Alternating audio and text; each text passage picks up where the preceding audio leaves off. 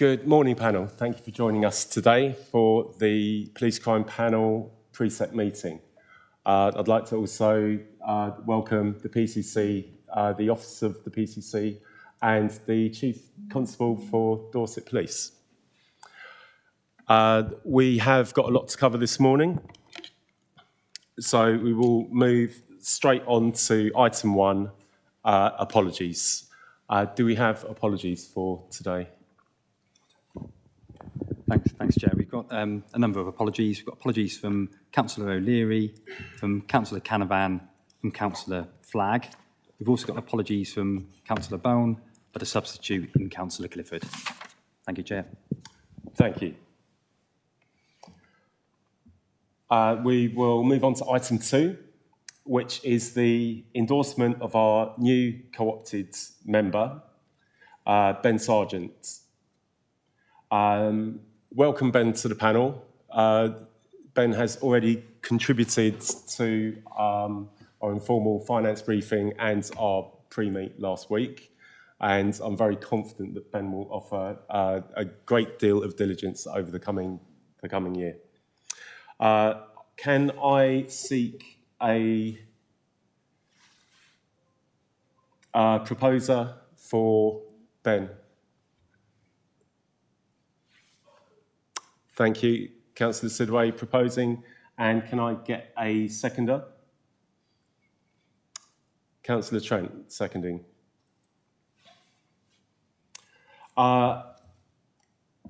Welcome to the panel, Ben. We look forward to working with you. We just need to raise hands just to make sure everybody's... Oh, pardon me. And can I see a show of hands in support of that? Wonderful. I declare that carried. Welcome to the panel, Ben. Item 3, minutes of the last meeting. These were circulated to all members present. Can I have a proposer that those were a proper reflection? Councillor Starr proposing. Can I get a seconder?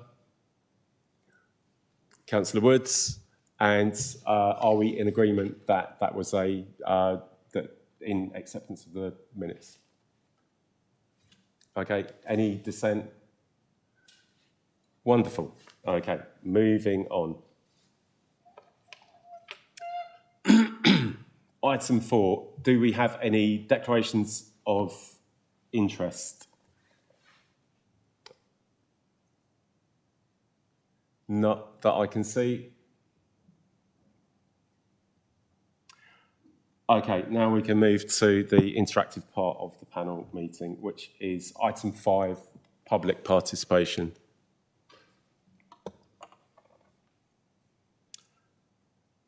Mark, we have questions from the public and councillors. Thank you very much, Chair. Could you just bear with me one second?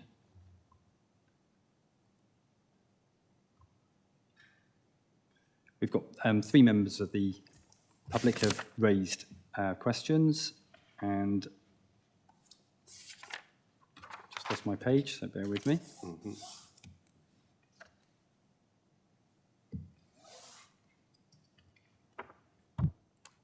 Okay, it's been agreed to break these questions down into a number of points because there's some specific questions within questions. So I will read the first part of the question, and then, Chair, if we could then open that up for the Commissioner to respond, and then we'll move on to the second question, the second part of the question after that. So the first question comes from Councillor Julie Robinson. With antisocial behaviour, why are the police not doing anything? Residents have to report this online. It's quite a lengthy form, but not everyone is tech-minded, and the only response is a generated email saying thank you for submitting the form several weeks later. There is no face-to-face follow-up, even though at times camera footage of the incident is submitted. Why is this?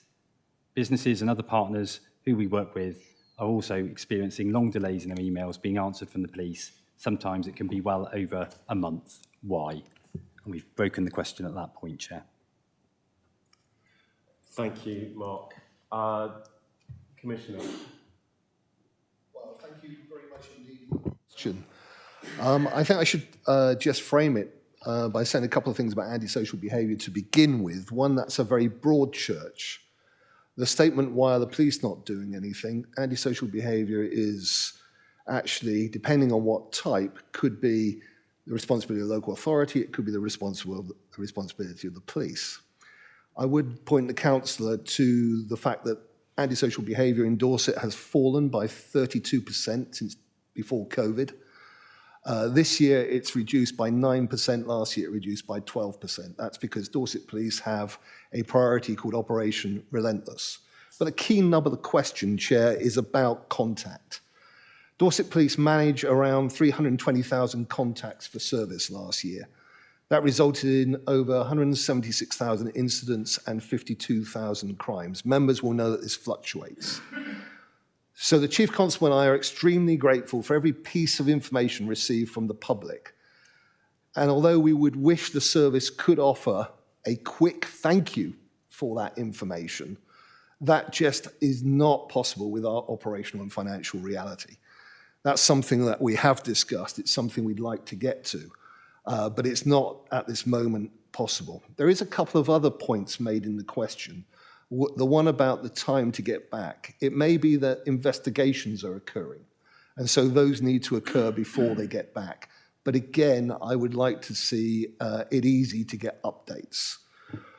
We also know that we have enhanced video response now, which is rolling out across Dorset. So we hope that that will make that particular situation better.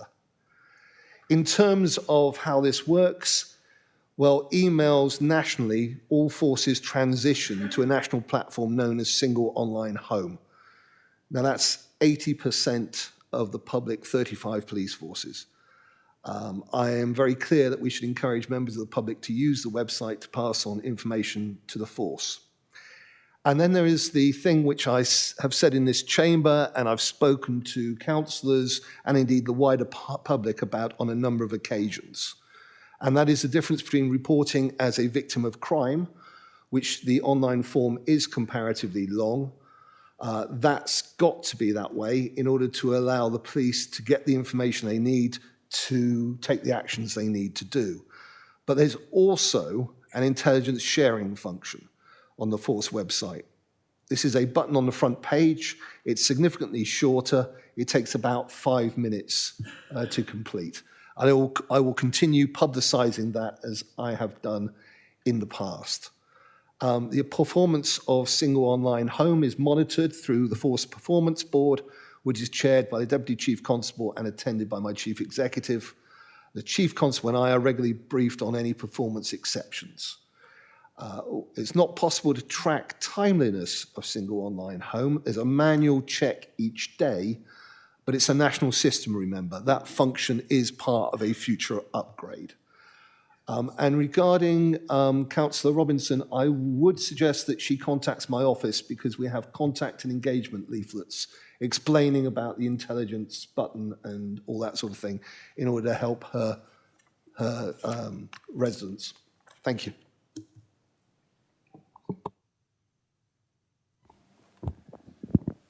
Thank you, Chair. I'll just continue with the second part of the question. Thank you, Commissioner. So, youths causing antisocial behaviour by breaking windows, kicking down fences, riding motorbikes over the football pitch. They know that they can get away with doing things like this, and residents are also very aware, and nothing will be done. It's a vicious circle. Youths will continue to cause trouble, and residents are given up on reporting things as nobody ever gets back to them. And this can't be allowed to continue. Why should people have to put up with their property being damaged and no follow-up or courtesy visit from the police? My residents are fed up to the back teeth with this lack of care and support from the police and want to know what exactly is going to be done to rectify things and restoring their faith in our police. Thank you. Well, first of all, I understand the issues for the community when they have youth-related ASB. And I absolutely think that there should be more done in order to correct this situation. The comment I'm making is in the wider perspective, however. I was in London last week and spoke to the Minister for Sentencing, regarding youth justice and this situation, and he agreed with me that there should be better sanctions so the needs of the community is weighed versus the needs of the individual. So basically, I'm on the side of trying to get this fixed. But there is a lot that can be done anyway. Firstly, I would remind the chair that the first port of call to better understand the operations of the local policing team in their local area is through their neighbourhood inspector. The East Dorset Urban Neighbourhood Policing Team is led by Inspector Joe Turner. He can be contacted through the Force website.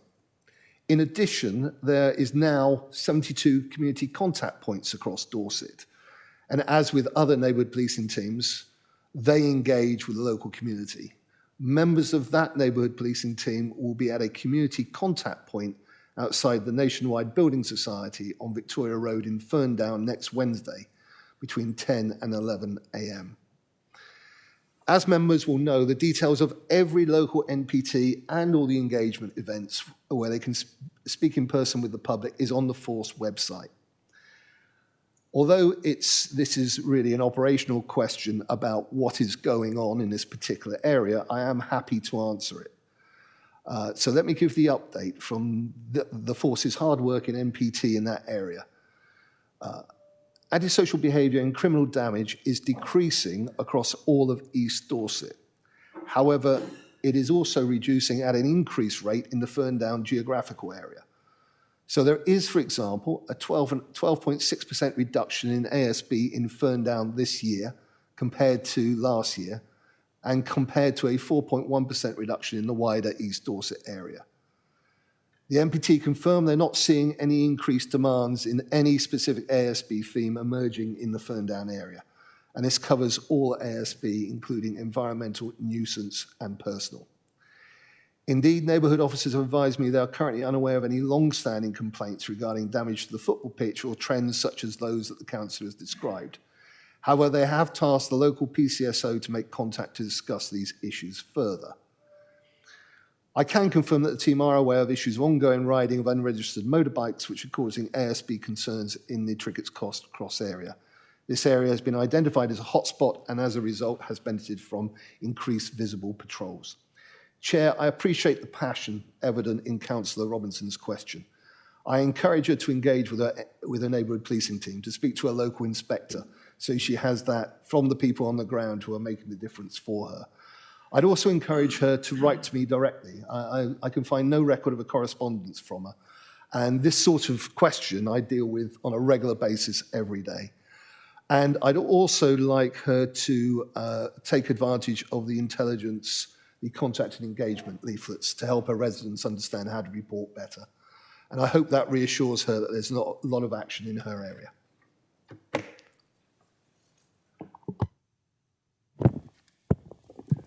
Thank you for the detailed response, Commissioner. I would also recommend, if you don't already have regular NPT meetings in your wards as councillors, this is something that has proved immensely useful. In fact, my current NPT briefing is going on right now with several BCP ward councillors. Okay, moving on. We have an additional question from Councillor Sarah Armstrong of BCP. Mark, would you like to read that out for us? Thank you, Chair. This is quite a long question, so again, it's been split into a number of points, so I'll break it on a couple of occasions. So, question from Councillor Sarah Armstrong. I'd like to raise these concerns about services and issues in relation to violence against women and girls on behalf of residents. So we then have some points about resident 1. Someone I know lost her home with her 2 children. She was put up in hotels and offered a place in a female-only hotel as a semi-permanent until a council property came up. It was strictly female-only. They were all evicted as the owner of the property was not making the money they thought they would. Can we confirm that the women evicted from the DV shelter are not the same women that have been placed in a hotel accommodation and are in fact placed in secure accommodation? And we'll break the question at that point. Thank you. Well, the provision of housing is not a policing matter, and this matter should be referred to the relevant council department. I do agree that, and this was a matter of concern to myself regarding when the refuge closed, which I think is what she's talking about. I did ask for reassurance from the local authority that exactly what Councillor Armstrong is talking about. And I was given that. Now, if she is concerned, I suggest she writes to her contacts in the local authority in order to bottom that piece out. Thank you, Commissioner. We'll move on to the second part of Councillor Armstrong's question. Okay, so from resident 2, the main challenges I've seen with residents are the police not having power to prosecute and therefore protect victims in advance of severe and/or prolonged abuse. It is very difficult as well for vulnerable people to escape where there is coercive control. The psychological nature of victims who are traumatised also means they are not usually good at admin or organising things, especially associated to their abuse, and must keep reliving it, as they have to talk about it more than once. This seems to be quite a requirement to navigating the systems and finding the right help.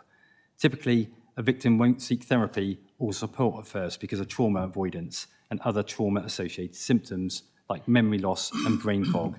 And then once ready, the route to access seems not very clear at all. I would personally like to echo this statement and have my own questions from lived experience. Operation Maple provides a vital lifeline for victims of domestic violence. Independent officers can provide information and support when it is needed on the progress of cases because they are based within the police and can access police data. Their support in helping a victim navigate the legal process and proceed with their case, not dropping charges, is invaluable. I understand that Maple is being dismantled. Please, can you confirm if this is the case, and in the absence of this vital team, how risks to victims will be minimised? And the question breaks again at that point. Okay, well, first of all, I'm sorry that you had that lived experience. I'm very aware of the sorts of issues which occur for residents and for women who have been victims of domestic abuse. Indeed, I've actually sponsored something which would help in the first instance, something called Fresh Thoughts, which was put together by Pool Seroptimists in order to address exactly that issue and help victims help them easier seek help. But the nub of the question is about Operation Maple. It is not correct that it is being dismantled. In fact, not only is the Maple service not being dismantled, but my office is leading the work to recommission the Maple service following a service review carried out by Safe Lives, the UK-wide charity dedicated to ending domestic abuse and a key delivery partner to the Ministry of Justice in the National Domestic Abuse Advisor Service. The result will be a new, truly independent service that will improve service delivery by ensuring that victims are better supported, able to manage to cope and recover, that victim health, well-being and resilience will improve, at-risk children will be identified, referred and supported, and most importantly, that referrals will be taken from any source, including allowing victims to self-refer. There is a real barrier about reporting to police, and this will help address that issue.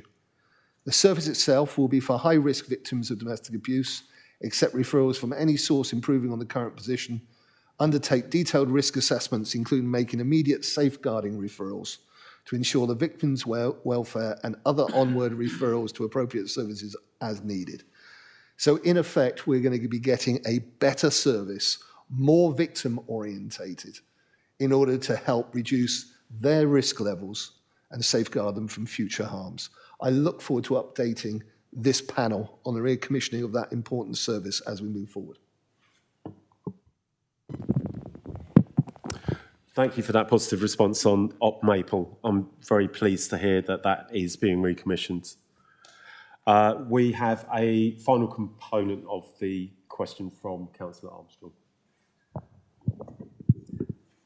Thank you, Chair. Actually, it's broken into further two points. And apologies, Chair, I should have introduced myself before reading the questions out. So I'm the lead officer for the panel, and I'm reading these questions out on behalf of the members of the public that have raised them. Thank you. So the next question relates to the Bobby Van. So it's Bobby Van target hardening. I understand that this vital service to protect victims of domestic violence and crime in their own homes has been withdrawn. This service provided victims of crime with practical measures to stay safe and feel secure, such as changing locks, creating safe rooms, and specialist advice on crime prevention. In the absence of the Bobby van, how will victims of domestic violence now be safe and feel secure to remain in their homes? And is victim support still available, as it's vital? And again, I'll break the question at this point.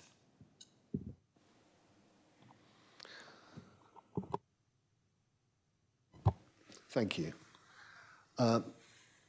Look, the financial position of Dorset Police is well understood, and it's going to be further articulated today.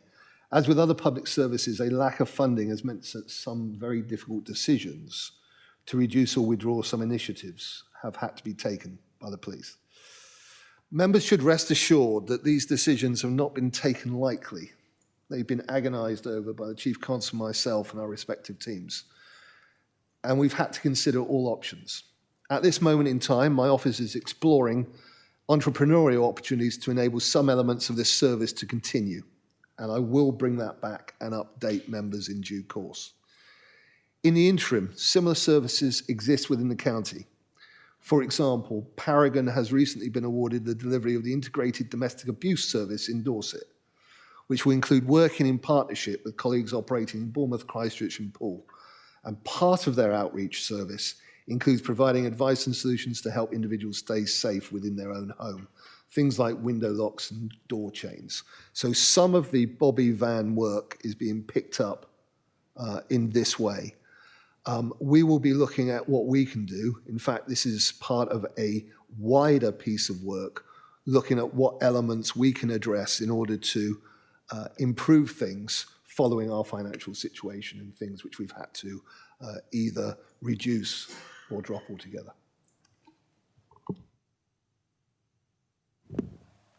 Chair, are you happy if I just proceed with the final part of the question? Yes, thank you for the detailed update on the Bobby van.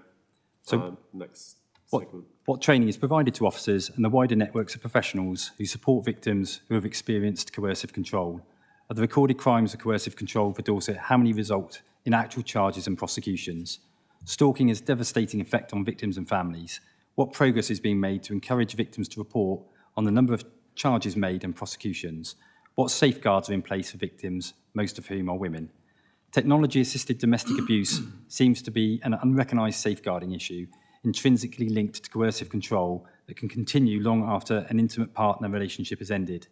What training is being provided to officers and other professionals to enable them to spot it, keep up to date with new techniques used by perpetrators to control victims even in their absence, and understand the full impact on victims and safeguard them? And that brings that particular question to a close. Chair, this question largely relates to the activity of Dorset Police, and whilst I'm happy to provide an overview of that in a moment, I should start with the work of my office to scrutinise the delivery of these functions.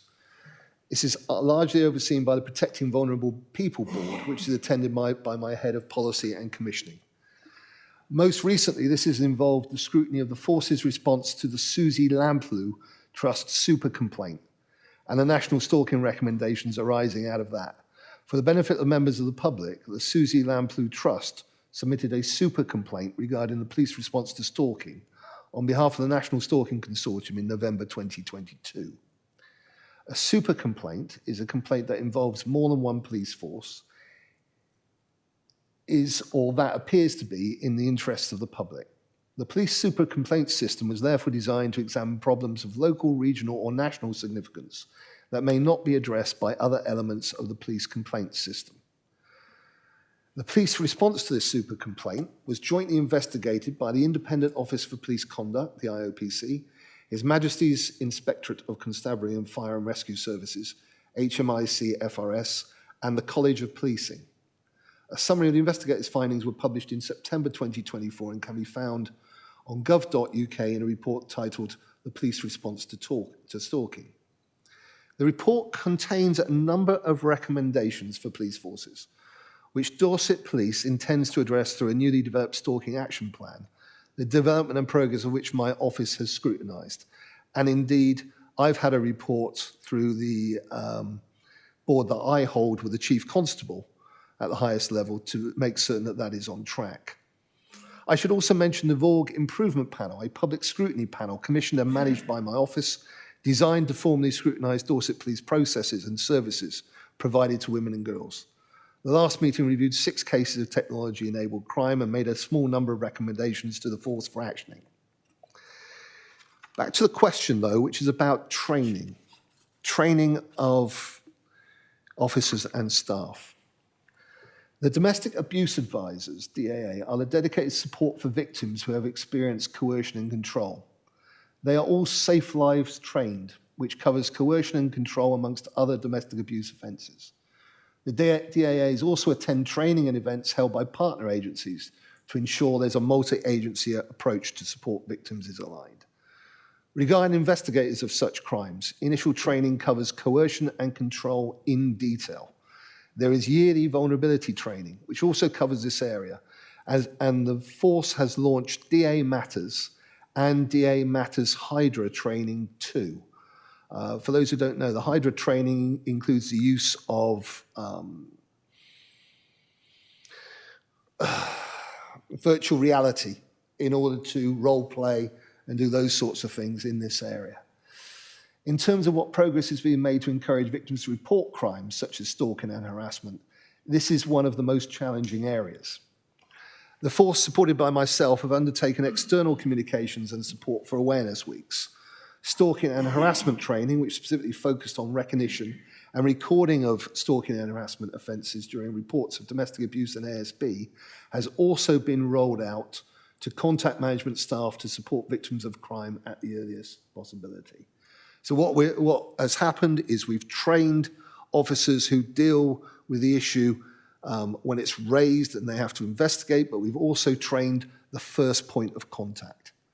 With respect to the number of charges made and prosecutions for stalking and harassment, I can confirm that for stalking between the 1st of April 2024 and 31st of December 2024, there were 99 positive outcomes, 64 were charges, which is a positive outcome rate of 7.9%.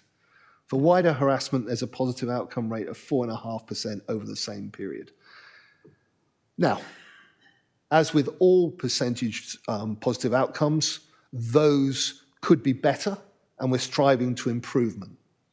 The councillor also asks about safeguarding, which of course is a major element of the force response to these offences. Via officers in charge and the DAAs, the force offers target hardening, window locks, door locks, cameras, phones, response plans for the address, stalking protection orders, and via the National Centre for Domestic Violence, non-molestation orders where applicable. Further, the force offers to voluntarily tag the suspect from custody, with suspects often taking up this offer as they are aware a remand could be the alternative, and this is explained to them. In cases of DA stalking, the force can also apply DVPOs or DVPNs, so domestic violence protection orders or notices, the use of which are monitored by the Deputy Chief Constable through monthly performance boards. For the highest risk offenders, they can be adopted by the High Harm Unit and are then subject to intensive management and monitoring. Finally, the councillors asked what training is being provided to officers and other professionals to enable them to spot technology-assisted domestic abuse, keep up to date with new techniques used by perpetrators, and understand the full impact on victims.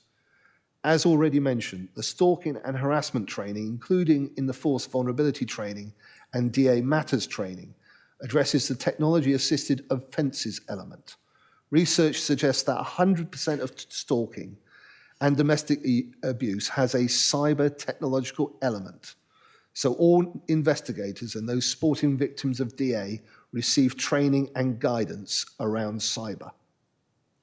Furthermore, for every report of stalking or harassment, 2 documents created by the Digital Capabilities Unit are sent to victims with help and guidance regarding the digital safety and safeguarding post-offence. Chair, there were a lot of questions posed here. And so I hope that the questioner, indeed this panel, understands that there's plenty more that could be said about the force work to tackle these dreadful crimes, the work generally. But I am, of course, conscious that you would wish me to be concise. So in summary, this is a horrendous crime which affects the victim over a lengthy period of time. Dorset Police is determined to address it, and so am I. Thank you. Thank you, Commissioner, and I do appreciate the concise evidence-based response to the latter part of that question. I have a couple of supplementary points that I'd like to make in context. I just wondered clarity around the target hardening that's offered in these BA cases that you mentioned. I'm assuming that that would be beyond what was offered by the Bobby Van service.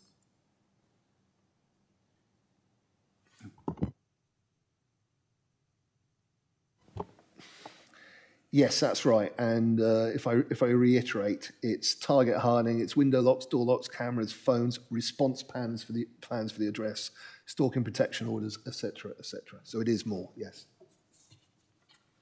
Thank you for the clarity. We have discussed setting up a violence against women and girls conference with partner agencies and Dorset Police. We have had discussions around this. Has this developed? And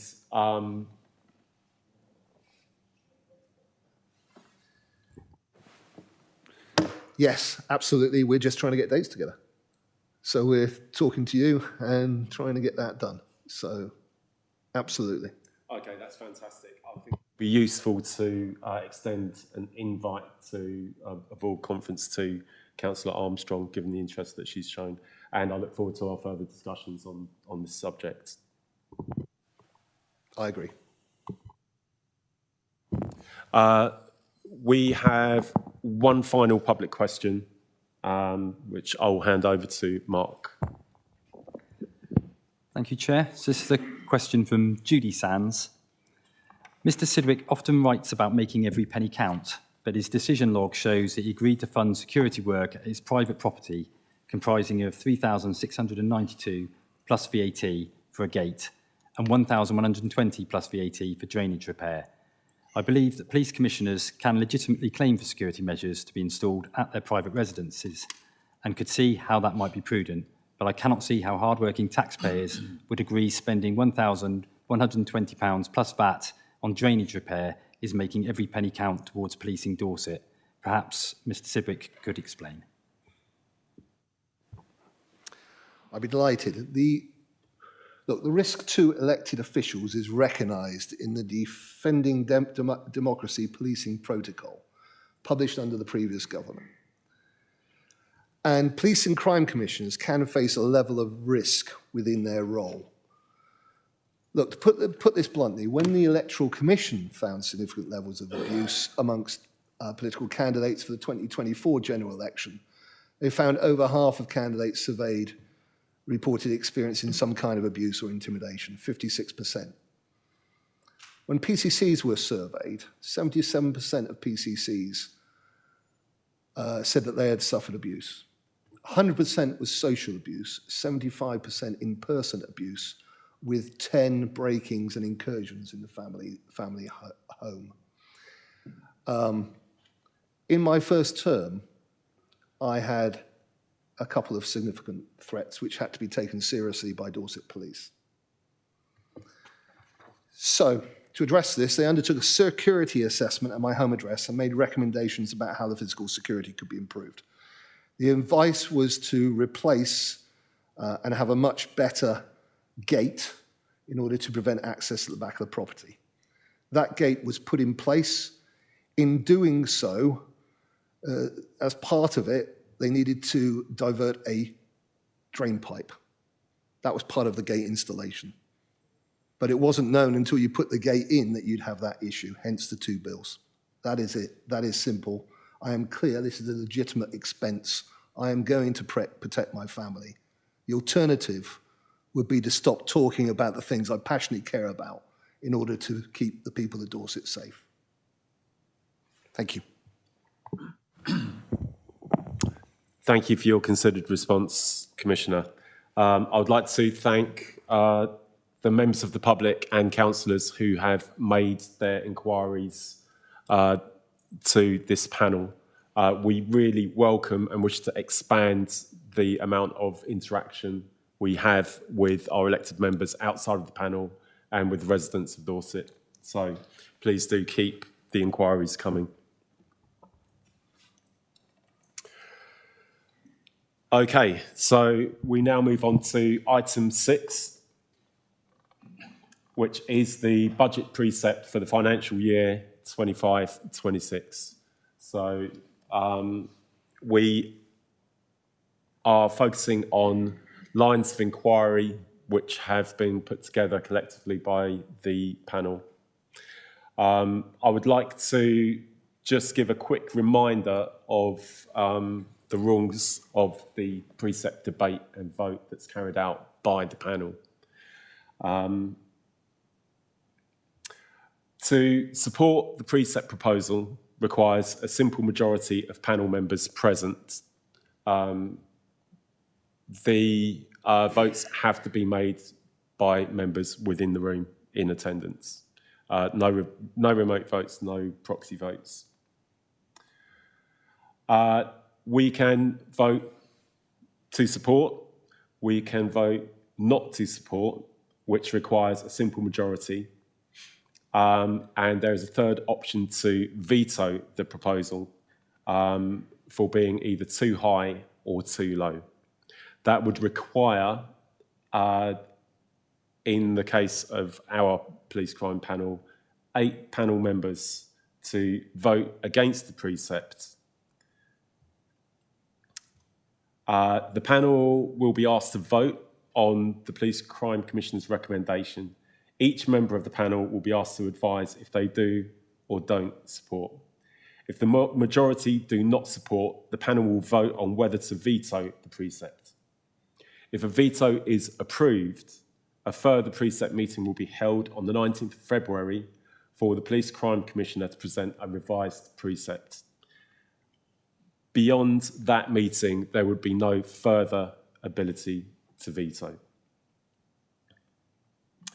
So we will now move on to the Police and Crime Commissioner presenting his report. Then we will move into questions and lines of inquiry from the panel. Commissioner. Thank you, Chair. And thank you for this opportunity to put forward the case for the precept. I think it's really important that we understand a couple of things. One is the way that we're going to do it this morning. What I'm going to do is I'm going to put a couple of framing words around it. You've had the detailed paper.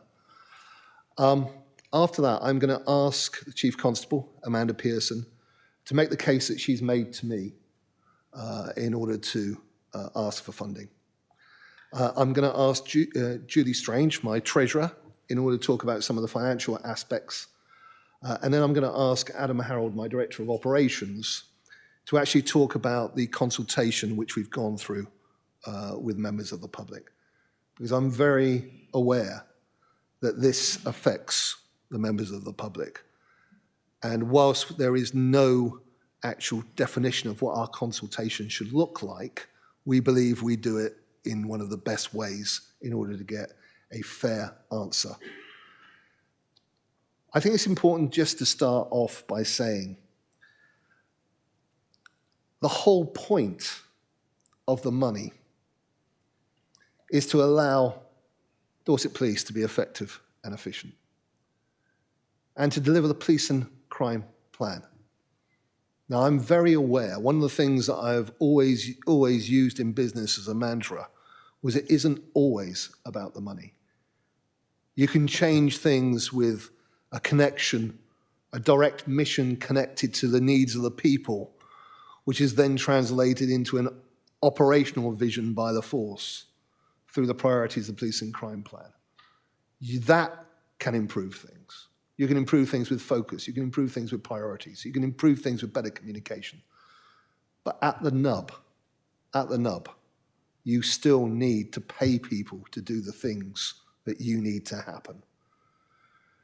And so I am satisfied that the plan is correct. The 6 priority areas working towards the vision of making Dorset the safest county, to cut crime and antisocial behaviour, to make policing more visible and connected, to fight violent crime and high harm, fight rural crime, put victims and communities first, and make every penny count. So how do we get the money? So there's two main elements. There's the core funding and there's the council tax. What I'm going to do is I'll probably frame some comments afterwards. But what I'm going to do is ask the Chief, first of all, to make the case that she made to me regarding the funding for Dorset Police.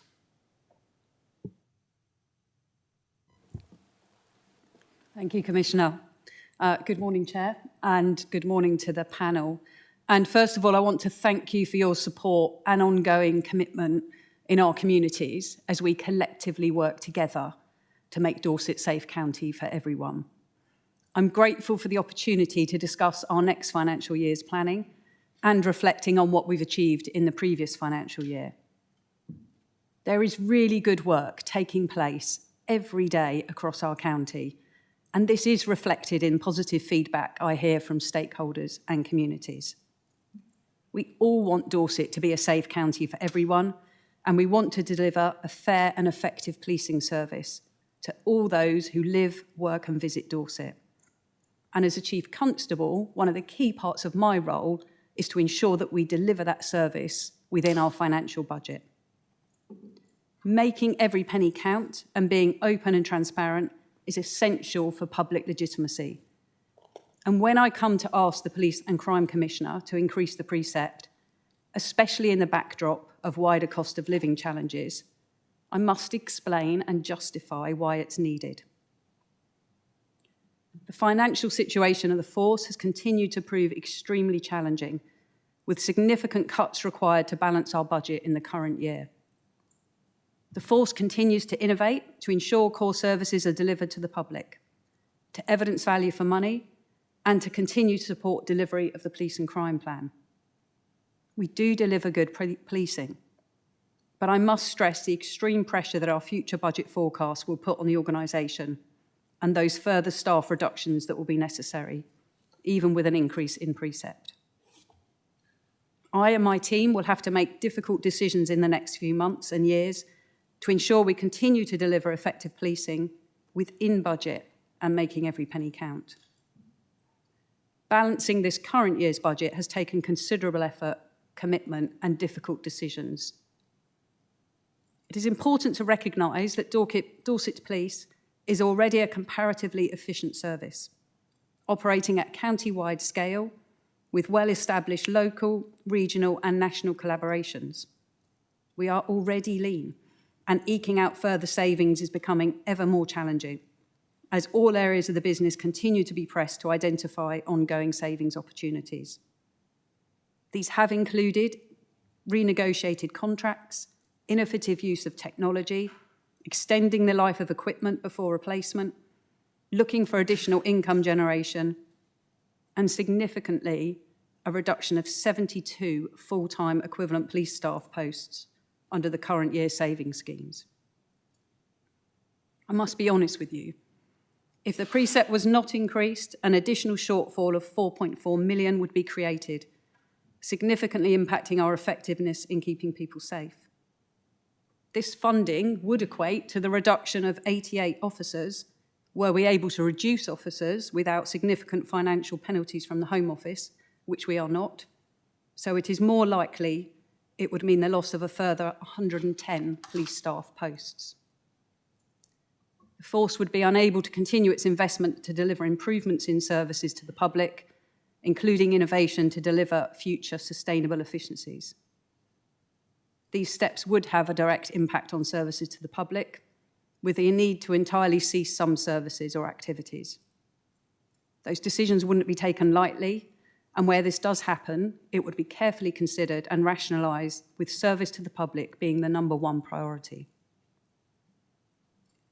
The reality is that policing, working with partners, will continue to collaborate and ensure that public services are fit for purpose and deliver a service that meets the needs of people and our communities, and I'm committed to finding ways of doing so. This is not a position I or any of my team want to be in, and I will ensure we continue to have a focus on how we would want to deliver policing in the future as we reflect and revise how we do so in the current climate. But before I outline the financial context, I wanted to reflect on the significant progress we have made against the police and crime plan this year. Dorset is still one of the safest counties in the country. We continue to reduce crime. We've reduced crime just below 3% this year, with 1,500 fewer victims, which is testament to the hard work and determination of our officers, staff and volunteers who work for Dorset Police and our communities together to deliver the police and crime plan with the aligned goal of making Dorset a safe county for everyone by being tough on crime, keeping people safe and putting victims and witnesses first. I've ensured that we continue to maintain, where possible, and improve services to the public. In respect of being tough on crime, we've arrested over 9,000 suspects, up from 8,500 in the previous 12 months. In putting victims and witnesses first, we've improved our positive outcome rate by 2%, which is another 7,300 positive outcomes for our victims. And we have kept people safe by referring around 33,000 vulnerable adults and children to our multi-agency safeguarding hubs for partnership interventions. We have improved how we respond to the public, with the percentage of emergency calls answered within 10 seconds rising to an average of 93%, compared to 86.9% for the same period last year. We've also seen a sustained improvement in the time it takes to dispatch our officers at just over 3 minutes, maintaining the timeliness of response to our community. As the Commissioner mentioned in the public questions, antisocial behaviour incidents have decreased by nearly 9% compared to the same period in 2023. Our award-winning rural crime team has continued to work hard to fight rural crime. We've invested in the team and maintained that investment to enable them to continue supporting rural communities more effectively. The team's collaborative work with various partner agencies and cross-border and regional forces has enabled them to disrupt and dismantle criminal networks operating in rural areas. Since 2022, the team have recovered over £2.2 million worth of agricultural equipment and machinery. This underscores the significant financial impact of rural crime and the importance of our concerted efforts to combat it. We've worked tirelessly with partners in Bournemouth, utilising the innovative Home Office Clear Hold Build framework, which focuses on dismantling serious and organised crime in a specific location. Our targeted activity has led to positive outcomes, including 39 arrests, 4 vehicles being seized, 5 county lines being closed, 2 premise closure orders, £1.3 million worth of illegal tobacco, vapes, cigarettes being seized, and substantial quantities of Class A and B drugs seized, and weapons, including a machete. We aren't complacent, though, and we know that we've seen increases in sexual offences in line with national trend. In response to this, as mentioned, over 1,400 officers and staff have received training in effectively responding to and investigating reports of sexual offences. And we now have 132 colleagues who specialise in sexual offence investigations. Over the past year, I've also recognised the impact of increases in shoplifting and retail crime on our local businesses. And we continue to explore ways of streamlining and improving reporting processes, as well as we have been focusing on prolific and repeat offenders, not just using criminal justice outcomes, but utilising civil orders to prevent further offending, which is seeing reductions in repeat offending. Over the last year, I've also had to oversee some significant operational issues and organisational developments, including the introduction of Right Care, Right Person in over the last year. The aim of Right Care, Right Person, and I understand the panel have had a briefing on this already, is to ensure that the public receives the right response from the most appropriate agency, who have the skills and training necessary to protect that person. A strong and sustained partnership approach over the last year has seen policing realising reductions in calls to service and deployments to incidents which weren't appropriate for policing. We've already seen over 1,800 hours of officer time saved and waiting times for Section 136 Mental Health Act detentions and emergency department waits reduced significantly. But most importantly, we've collectively, with our partners, improved the way the public receive help at the time they need it most. We've introduced OpTrack, the Home Office funded initiative to see us deliver significantly enhanced proactive neighbourhood policing activity aligned with the most serious violent crime and antisocial behaviour hotspots. This focused approach has enabled us to be visible and connected in areas of concern, leading to the prevention of crime, improved community engagement, and development of resilient communities. We, as many other forces, have had to respond to an increase in protests in size and their regularity, particularly including those related to conflict in the Middle East, and the civil unrest seen locally and nationally during the summer following the tragic events in Southport that required us to deploy significant amounts of resourcing locally and nationally at a time when Dorset is very busy during the summer months. We've recruited an additional 25 police officers under the government's Uplift programme, whilst maintaining the 166 recruited in the previous years, and delivered community policing related to the asylum barge in Portland. We've designed and implemented enhanced video response within the force.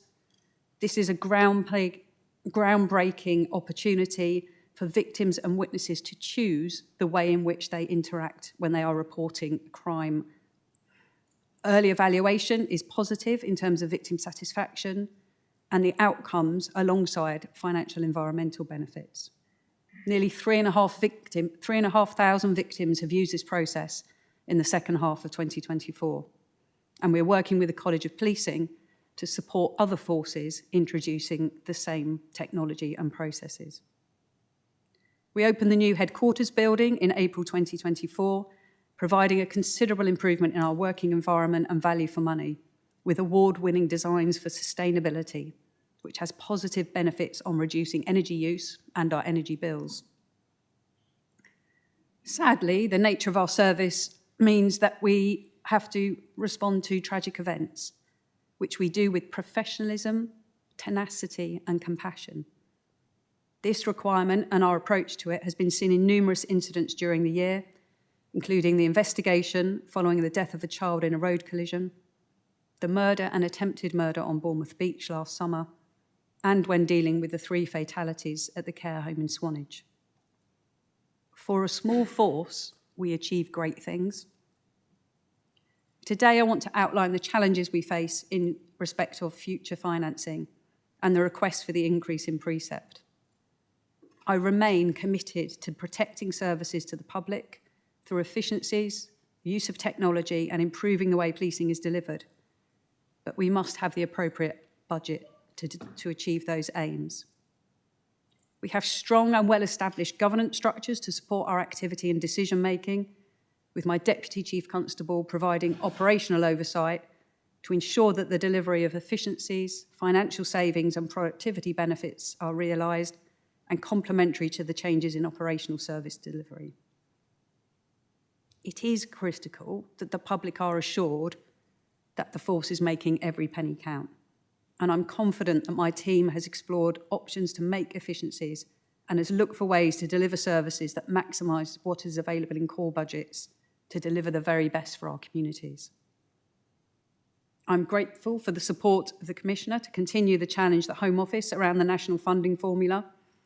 Dorset Police is the second lowest centrally funded force, and the formula does not recognise the seasonal demands we face as a coastal force, which you know sees our population soar in the summer months and results in significant increases in demands on policing services. During the current year, I've reduced overtime budgets by £500,000, reduced vehicle fleet costs, reduced budgets for travel and equipment and conferences, as well as scrutinising contracts, recruitment processes, and non-staff expenditure. and these in-year savings will be continued into next year and beyond. Nevertheless, the reality is that the force is facing significantly higher costs through factors outside of our control, such as inflationary increases, national pay awards or changes to legislation. For example, the XL bully laws have brought additional costs to policing through kennelling and vets fees without a consequent increase in government grant. This means I must reconfigure the force aligned within the budget whilst continuing to deliver against the police and crime plan.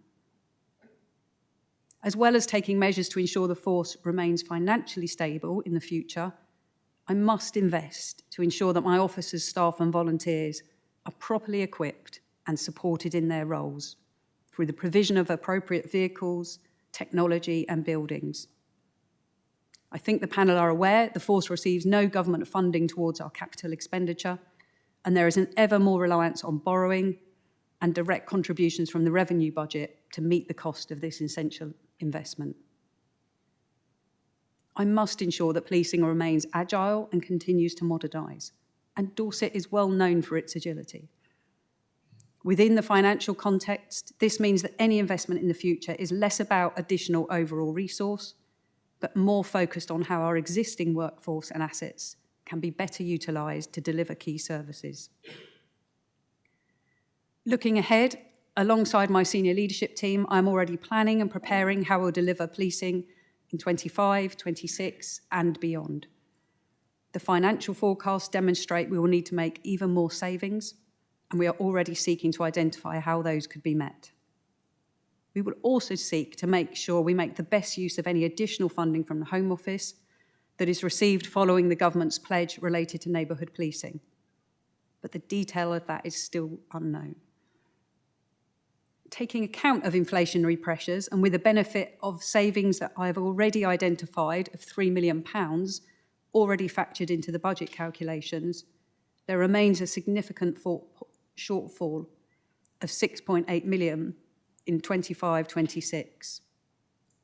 Thus, even with a £14 increase in precept, if approved, the force is facing the requirement to find a further £2.4 million of cost savings. This comes on top of £11.8 million worth of savings already removed from the 23-24 and 24-25 budgets, meaning that in achieving these additional savings, we will have removed over 8% of our total annual budget over this 3-year period, totalling in excess of £15 million. To reassure you, I and my leaders do have a clear plan to achieve the required £2.4 million of savings for next year. In achieving these savings, I will seek to ensure that service to the public remains paramount and that we continue to deliver against the police and crime plan. But I must be clear, it will be necessary to make further workforce reductions. As previously mentioned, the reductions to date have been significant, but further savings in workforce reductions are unavoidable in 25-26, with or without the precept increase. These will, as far as possible, be delivered through vacancy management and delivered early in the year with the team reviewing and risk grading every single role and function within the force. Any decisions will be made on a risk-based approach and with due regard to the police and crime plan, delivery of our mandated services and national comparison tools such as the HMIC FRS Value for Money dashboard.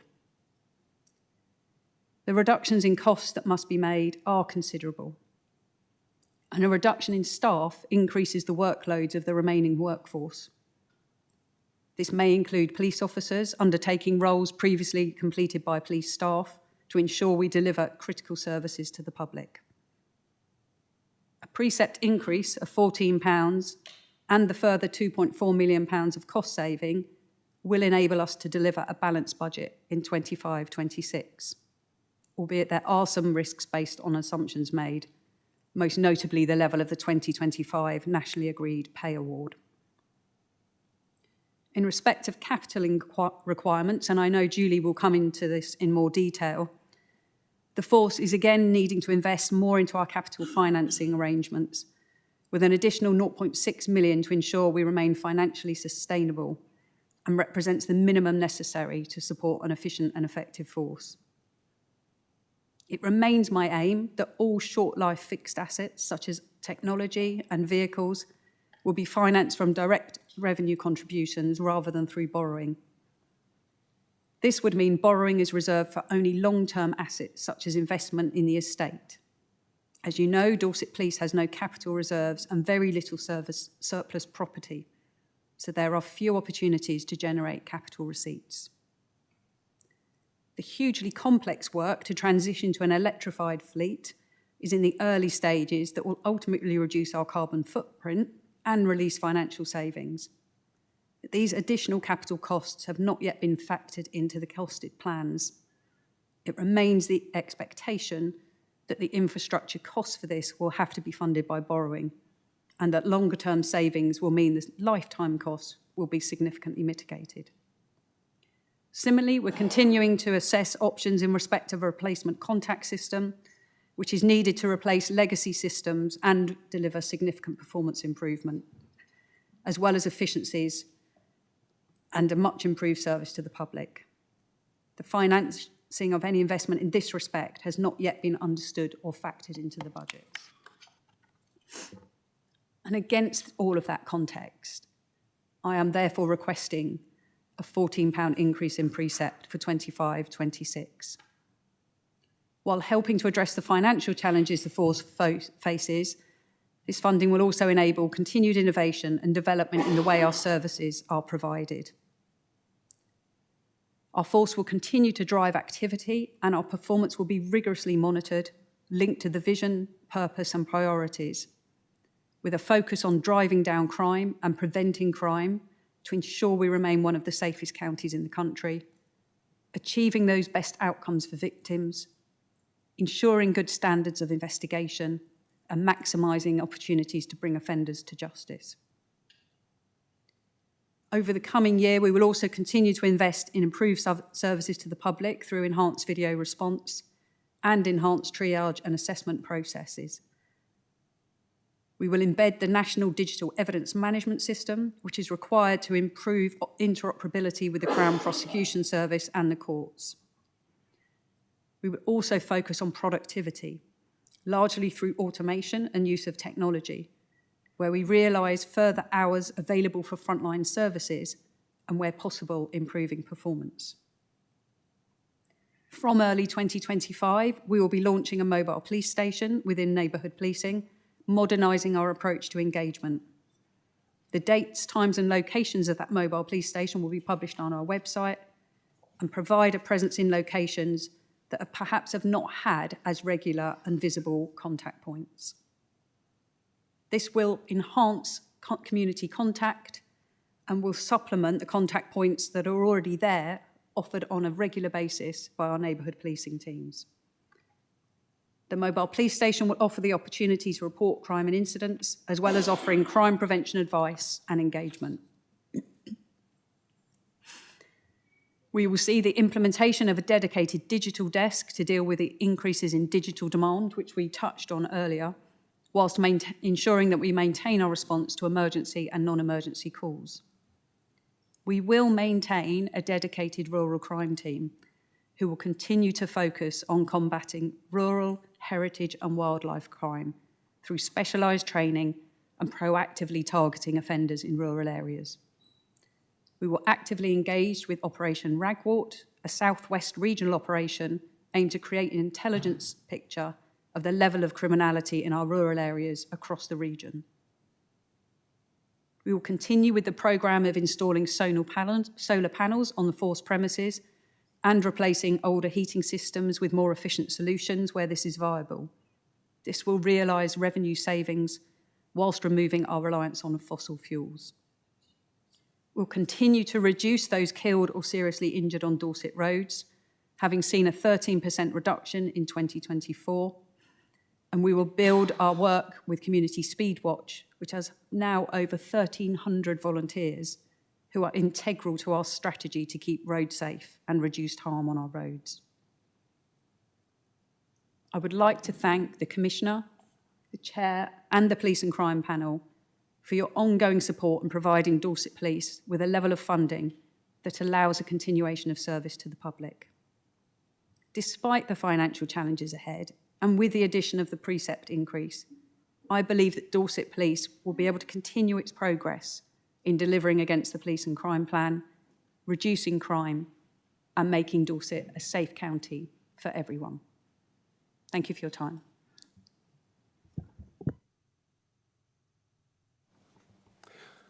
Thank you very much for the detailed and passionate statement that you've made, Chief Constable.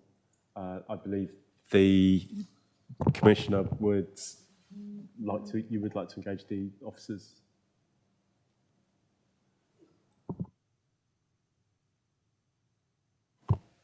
Got it. I would. I was going to say thank you too, Chief, for that very well articulated statement. What I'd like to do now is I'd like to move to Julie, the Chief Financial Officer, to give us a view on the finances and what she thinks about the situation, because I think that's important. And I'll then move to Adam Harold after that. Thank you, Commissioner. So the report sets out the details supporting the Commissioner's proposal on the precept, and I'm not seeking to repeat what's in there, but there are a couple of areas where we've received some further information since the report was published. So at the time of writing the report, we had only received the provisional financial settlement before Christmas. That the final settlement was issued late last week and confirmed the core grant figures are as contained within the report, so they're all final. It also confirmed most of the specific grants were as set out in the report, with one exception being the neighbourhood policing grant. So at the provisional settlement, £100 million had been set aside nationally for national neighbourhood policing. And at the final settlement, that was increased to £200 million. So for Dorset, this means that our share of that grant will increase from £829,473 to £1,658,946. In order to access that grant, the force will need to develop and submit a plan to the Home Office for approval, and that will need to be done shortly. But at this stage, we're still continuing to assume that that level of grant will generate additional costs to an equivalent level. So whilst the grant has gone up, the expenditure will also go up to the same amount. So the overall net budget requirements, the overall budget position set out in the report is still the same. The main table that is affected by that change is contained within the report at 3.11. I'm happy to produce an updated version that can be included with the minutes just to clearly set that out. Appendix 1, which sets out the detailed budget, will also see the pay and employment costs go up and the income go up, but the actual net budget requirement at the bottom will remain. We'll provide updated versions of that for the minutes. As the Chief Financial Officer for the Commissioner, there are two areas where I am required to provide assurance to the Commissioner. The first is around the level of reserves, and a key factor in this is the Home Office guidance, which says that general reserves should be maintained between 3% and 5% of that net revenue expenditure level. So the level of reserves at the start of 25-26 is going to be equivalent to just below the 3% level before we take into account any variance in the current year. However, the budget includes provision to increase the general reserves by £300,000 during the year, thereby increasing the balance to 3.16% of net revenue expenditure in 25-26. The medium-term financial forecast includes a £300,000 contribution to general reserves each year across that term, and would mean that general reserves increase to 3.45% of net revenue expenditure by the end of the medium-term financial plan. As a result of those contributions, I have been able to provide the Commissioner with assurance that the reserves are adequate, but only once those contributions in 25-26 have been made, and those planned for future years are taken into account. The contributions in future years will need to be considered a priority in order to maintain this position, and that's a key factor in our ongoing financial resilience. The second area of assurance that I provide to the Commissioner is around the robustness of the budget, and my detailed considerations are set out in section 10 of the report. Some of the factors that I take into account are the key assumptions, areas of pressure in the current year, plans for the delivery of savings, and the use of once-off funding. Taking all of those into account, I have been able to provide the Commissioner with positive assurance that the budget for 25-26, as presented, is robust. I think that's all I say at the minute. Thank you very much, Julie. What I'd like to do now is, as I said earlier, the importance of democracy in this process is absolutely key as far as I'm concerned. So I'd like to bring in my Director of Operations, Adam Harrell, to talk about the consultations that we've done about the precept.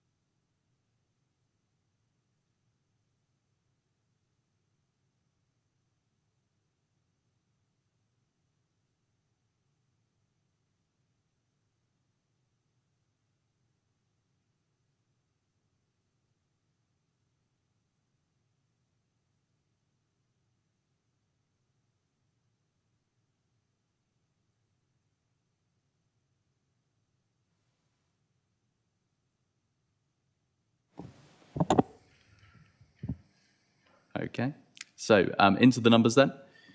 This year we received a total of 1,966 responses to the consultation, so almost an identical number to last year. When it comes to surveys, of course, the important thing to look out for is the sample size. So as I do each year, I invite anyone interested to have a look at the SurveyMonkey sample size calculator, which is a free resource online. So don't take my word for it. Then, as according to that calculator, with this many respondents, we can be 99% confident that the margin of error on these results is within plus or minus 3%. So in terms of those questions, which remain the same as last year, question number 1, do you agree that Dorset Police requires additional funding?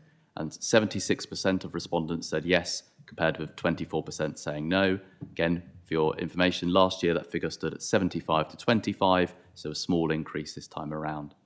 In terms of the second question, which you'll be aware relates to being based on Band D of the council tax, how much would you be willing to pay to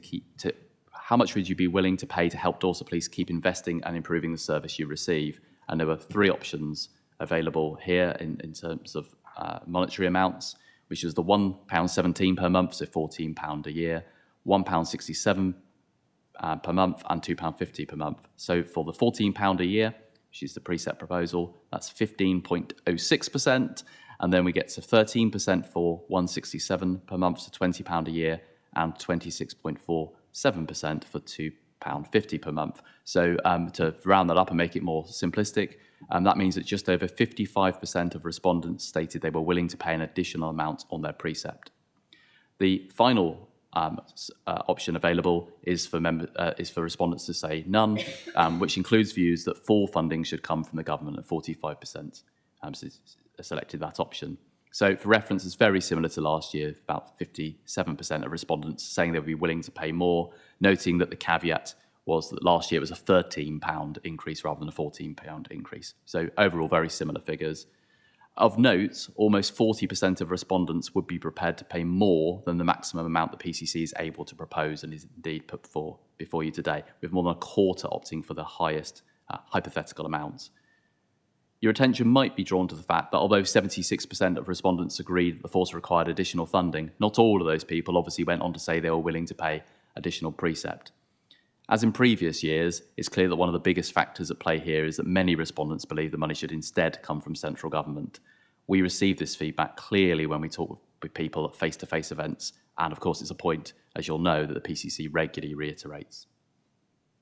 As councillors, you may be interested in whether there are any differences in responses from different areas of the county. The survey has just closed, so this will need some additional exploration, but I can provide a headline figure. In the BCP area, 59% of respondents were willing to pay an extra amount, so above those overall figures. In Dorset Council area, this was 53%.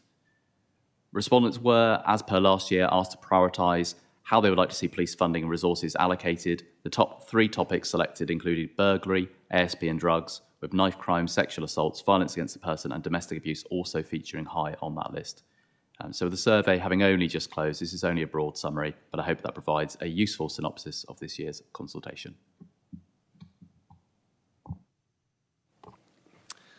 Thank you, Adam. I think what we've heard here is we've heard a very good articulation of the case from the Chief Constable. We've heard that the financial reports, what we're saying is correct, if you like. It's been validated by my Treasurer. And Adam has clearly shown the support of the people of Dorset around what we're trying to do here. I think the intense frustration remains is that the reason why we're needing to come to you in this way and talking in this manner is the things which are out of our control. The national funding formula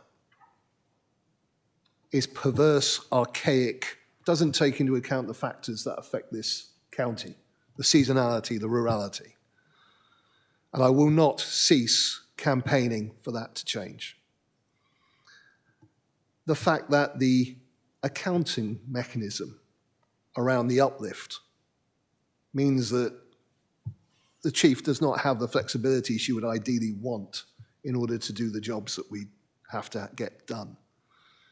The fact that wage rises are not something which are within our control. We make recommendations, and as we know, it sometimes comes back significantly higher, and not all of that is funded. That's the broad brushstrokes of where we are. But there's something else here as well. The foundation is good. The plan, the police and crime plan, works. The governance around the use of funds is tight. Because of that foundation, Dorset Police will continue to improve and keep us safe. But without that funding, you heard very clearly the situation we would be in and the number of other staff that Dorset Police would have to lose. I find it unpalatable that I have to come to the people of Dorset. I find it unfair that they fund 53% of their police force when other areas fund 20% and the average is 35%. I've called again on the government to sort this out. But in the meantime, we have to be thankful for a police force which is delivering and support them. And that's why I am endorsing what the Chief Constable has said to me and asking for that £14 in the uplift. Thank you.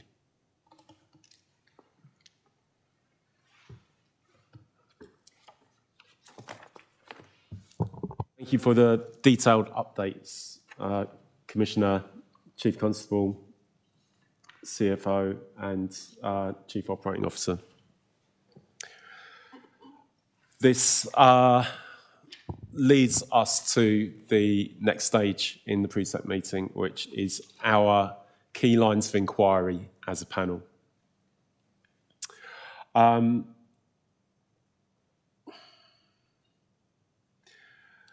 In terms of the key lines of inquiry, discussions at police and crime panel meetings have demonstrated that panel members share the Commissioner's frustration with the current national funding formula, accepting that the Commissioner continues to lobby national government. At this stage, there has been no change to the formula. The Commissioner has, however, said that he is confident that he can continue to deliver on the plan and that the proposed precept of £14 per month based on a Band D property, which is the maximum allowable as set out by government policy. The following questions will form the basis of the panel's key lines of inquiry and understanding how any deterioration in service level will be prevented and minimised. The panel, as always, seek the Commissioner's concise evidence-based responses to the following questions. We will begin with the first line of inquiry to be presented by Councillor Wood. Thank you.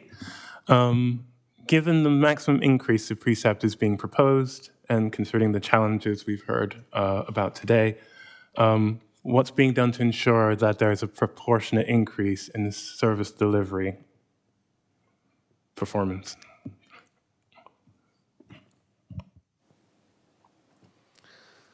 Well, look, a significant amount of material has been prepared to support this precept recommendation. You've heard from both me and the Chief Constable. I hope members have heard and understood why we're clear this is not a circumstance where we can say that services will increase in line with the funding. That's not the situation we are in. I'm not going to reiterate what we've just been through. I'm simply going to say that, look, policing is completely hamstrung by these two things. Unfunded pay and employment costs. Where these are funded, they are typically one-off. Well, that doesn't help. You can't suddenly get rid of a load of officers for the next year. And it's provided on the basis of the national funding formula, which means it gets exacerbated year on year as the additional costs of previous pay awards are built into the budget without additional funding. Let's be clear, there are some forces in this country who have always benefited from the national funding formula, who have been able to build reserves, who have been able to invest in ways that I could only dream of. This isn't right.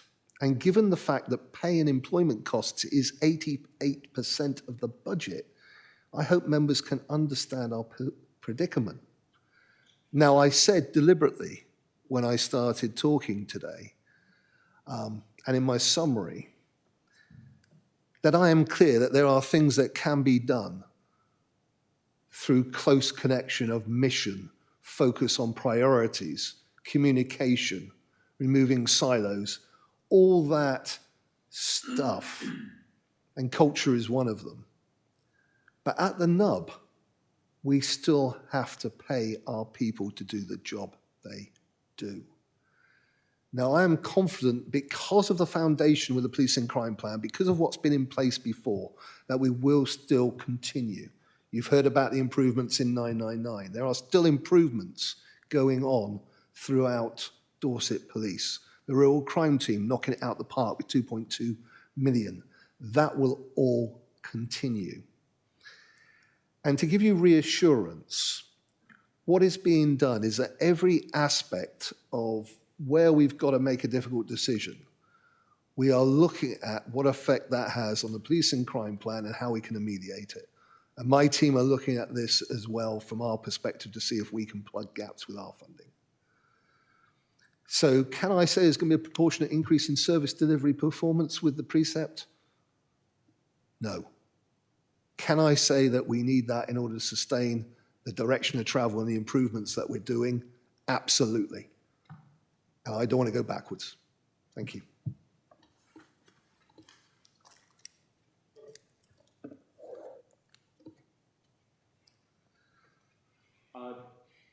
Did any members want to make a response? Sorry.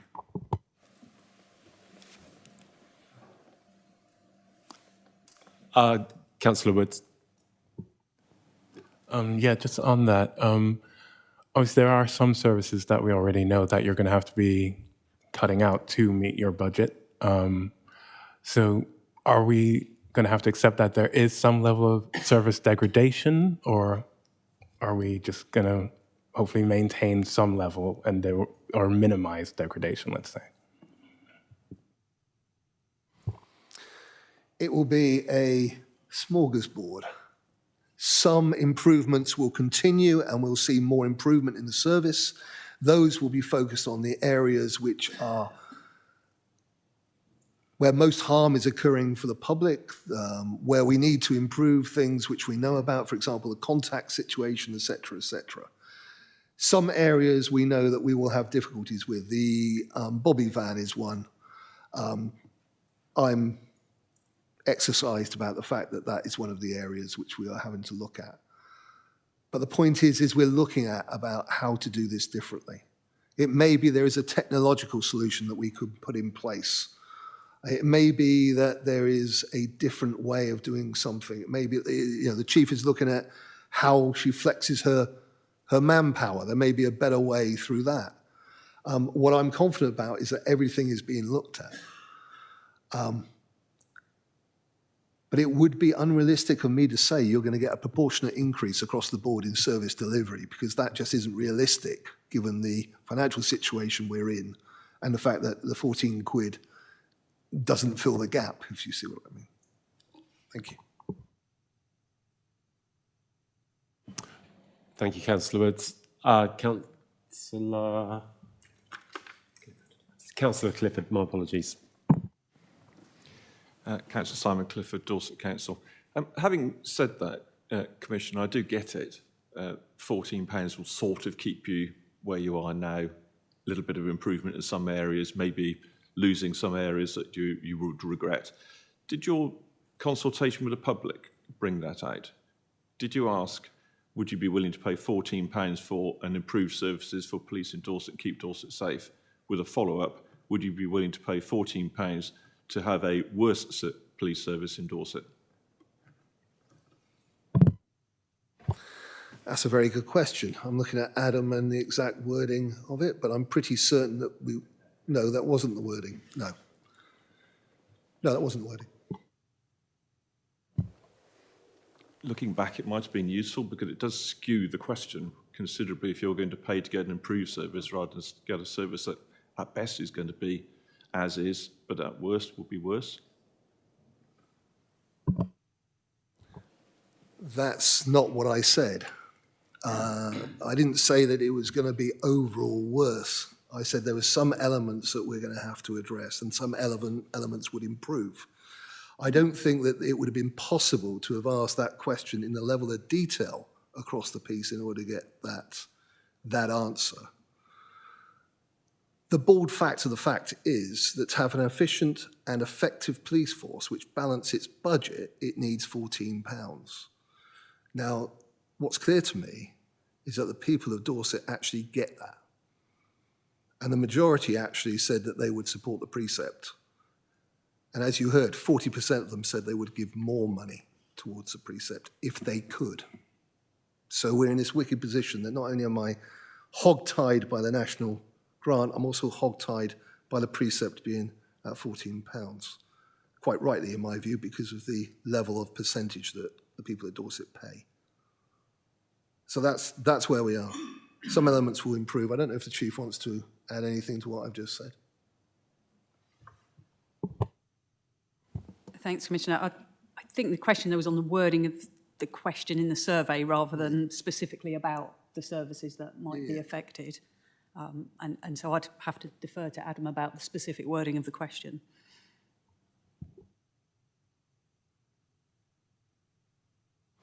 I mean, we'll take it on board. Thank you for the question, Councillor Clifford. Are there any further inquiries from the panel on this item? Councillor Starr. Yes, surely you can tell us you can tell us the question that was asked to the public. Isn't that what you're being asked for?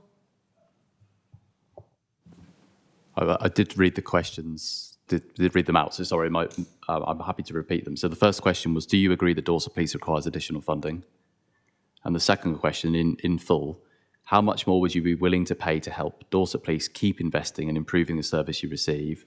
The figures below are based on Band D council tax, and then the options are broken down with the figures, and then a parenthesis afterwards. So the first option, which is the £14 a year, then says, this is the government's set limit for 25-26 and the amount I'm asking you to give your support to.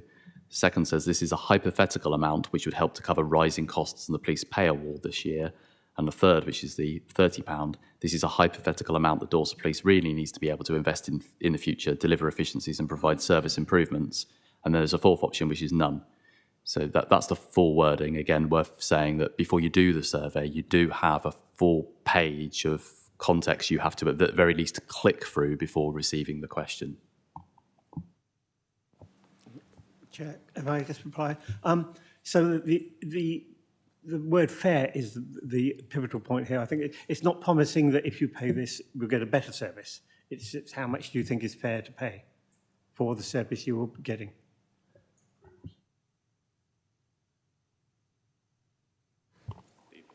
Yeah, it's to allow us to keep investing.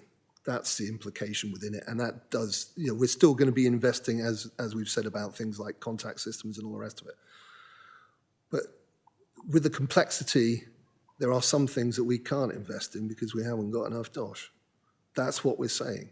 And we're having to pick now, pick and choose what isn't as critical as in other places, a situation that I don't like us to be in. Yeah, I just want to reassure, I think we have been talking about some services that might be delivered in a different way, but just to reassure the panel, over the last year we've had an extremely challenging financial situation, and yet we have continued to reduce crime with fewer victims. We have continued to improve outcomes, so we've had more victims see their perpetrators brought to justice. We've continued to increase the number of people that we are safeguarding, and we are answering those emergency calls faster. And I believe those are the things that the panel and the public would expect us to prioritise. And within this budget for next year, with that £14 precept, I continue to focus on improving those key areas to ensure that the public get the service that they need from Dorset Police when they are in those times of crisis and emergency. And we continue to bring those perpetrators before the courts to seek justice for victims and ensure that we are keeping people safe across Dorset.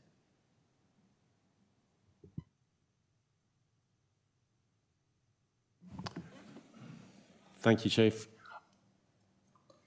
Councillor Trent. Thank you, Chair. This is a slightly wicked question, really, but it's very clear that the £14 is very much hold the line but slip back a little bit. In the survey, it seemed to show that there was some support for going over the maximum. Would it be worth in future years, if the financial situation continues to be the way it is for Dorset compared to other places, would it be worth putting in a stark question in future years saying if there were a referendum to increase the amount that is raised, would you vote yes for it? Because people have accepted or a lot of people have accepted the potential of paying more, but would that be something that perhaps there could be a definite question in it? I know it wouldn't satisfy a referendum, but is it a question that's worth asking?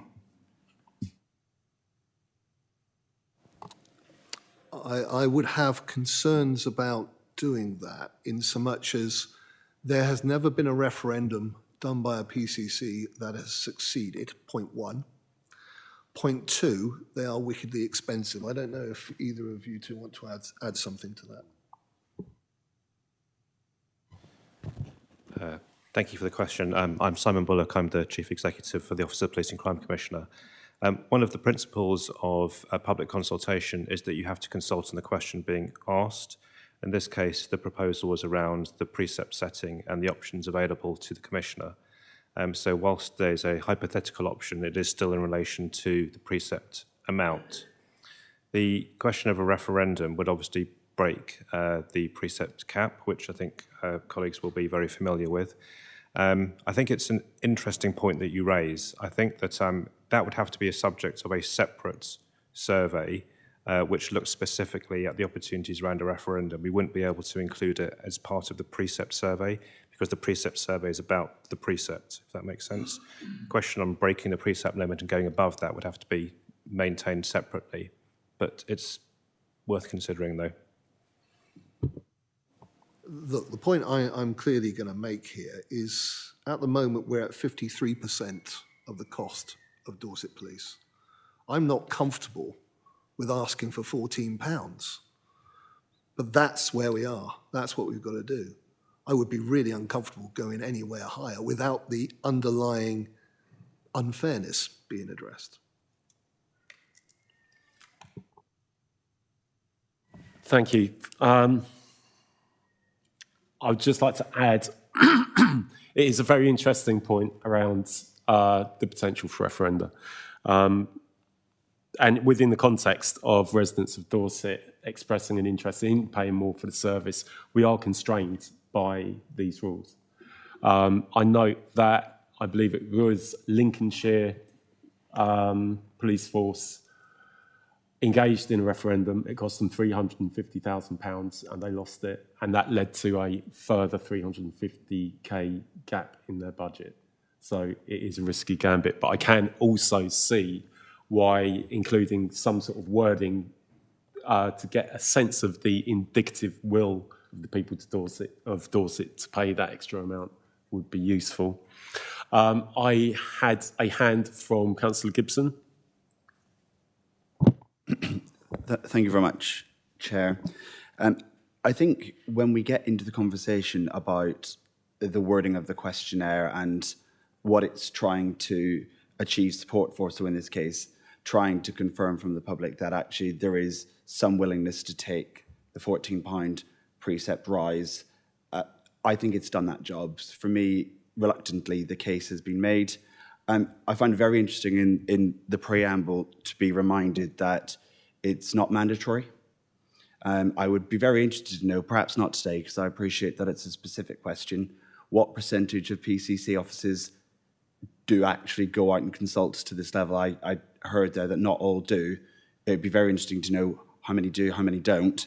And I did check quickly before I spoke. I mean, this, of course, isn't something that we as a council would do when we seek to raise our own precept to potentially the maximum pre-referendum limit. I don't know about BCP Council, but I've had it confirmed that Dorset Council don't do any such consultations. So I think you are holding yourself to a high standard that I commend.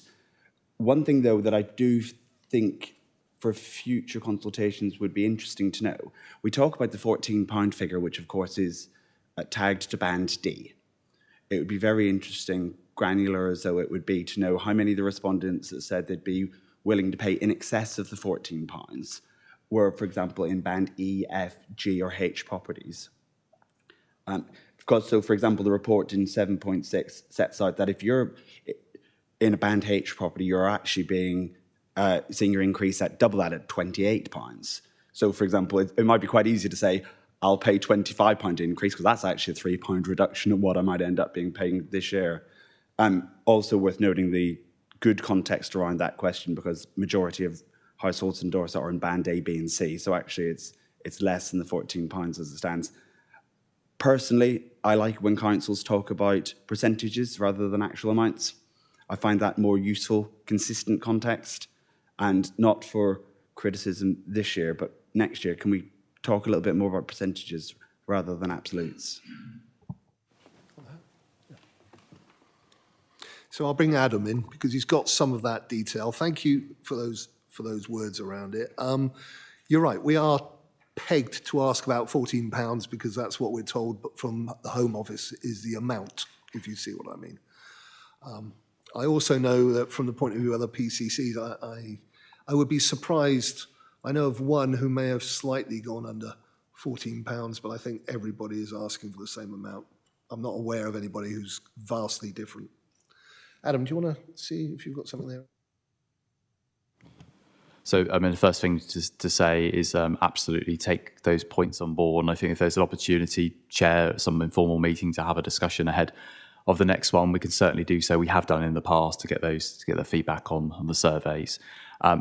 What I would say, though, is there is a trade-off with the survey. So we don't ask the questions by the council tax limit. There may be some considerations about identifying people, perhaps, but more so, the more questions we ask, the fewer people who complete the survey. So there's always that balance as well, which we have to have a look at. But absolutely, I'm really interested to pick up a conversation, because I think I said in my intro to it, there's no agreed way of doing it.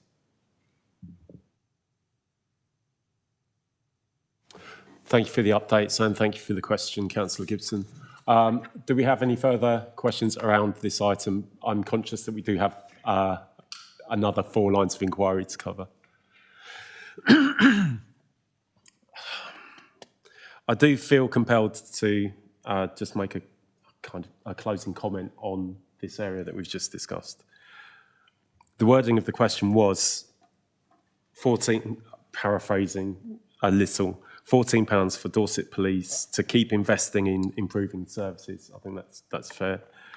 But the responses have been that services will not increase in line with funding, and there is likely to be service degradation or services delivered in a different way.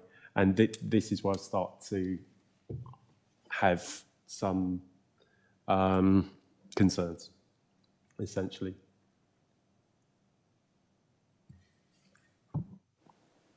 Well, if the service is delivered in a different way, it's not a service degradation, Chair. For example, if I can pick up on the, let me pick up on the Bobby van. At the moment, we know that the force-delivered element of the Bobby van, they're unable to continue with it because they need to prioritise other things because of the funding. We're looking at how that can be picked up differently. That doesn't necessarily mean that service will degrade. It means it has to be done in a different way. There are other things which Dorset Police have looked at, and they are now looking at automating part of that process. So they didn't need that person, they now don't have. But the service is the same. So I think it's a leap to say that the service overall will degrade. That is not what I'm saying. And that's what I'm clearly not saying. Some things will improve, some things will have to be done differently. But if we're expecting there to be a huge leap forward because of the £14, when we need that £14 to keep going with what we are and to balance the budgets, no, that's not going to happen. But it's different to a service degradation. And that's, I keep hearing that, and that is not what this is about.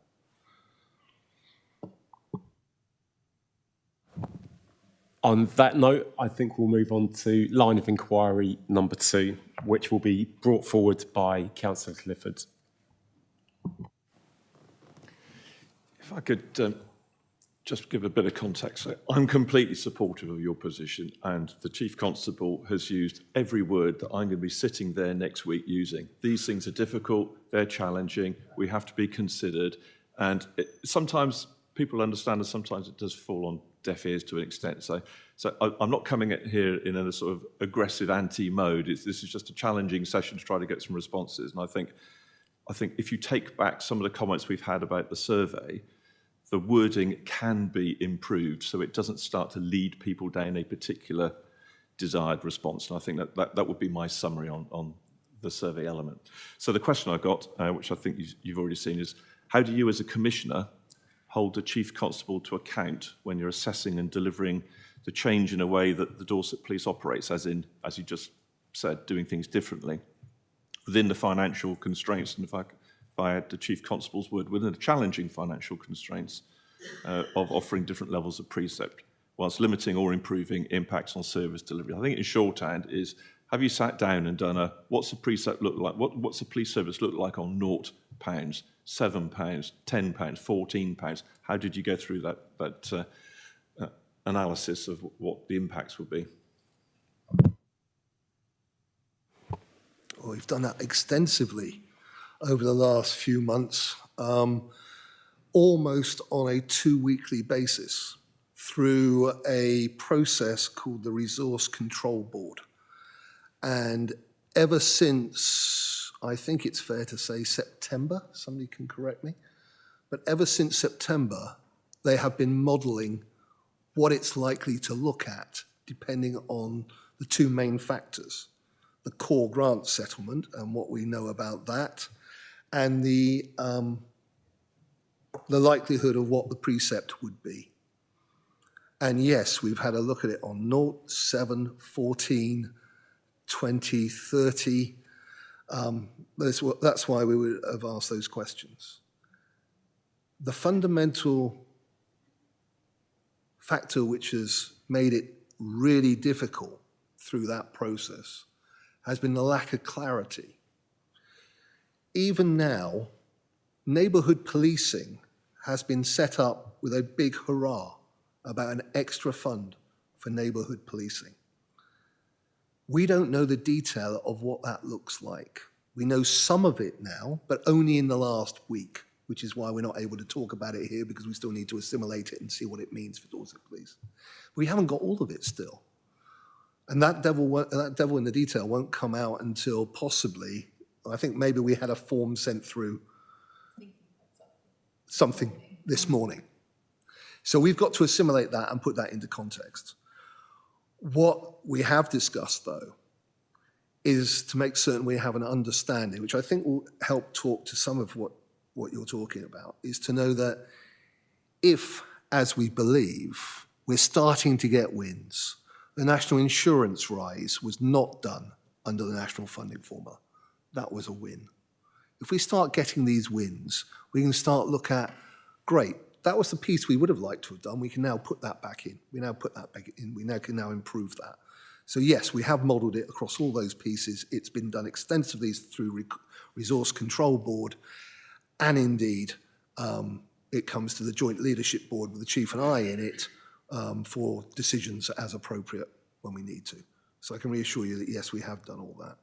This is not a finger in the air waving budget. In fact, I would say that the budget and the focus on it, certainly for the last year, and it's testament to the Chief Constable since she's come into office, has been much tighter than we've ever had before. I am confident there is no stones I need to look under to find something hidden. And that is why I am so, if you like, trenchant about the situation we find ourselves in. So I hope that helps. Yes, actually, we'll give you a bit more detail because one of the things that we've been doing is a specific new process, and we'll continue to do that because that also drives what my office are able to look at in order to fill some gaps.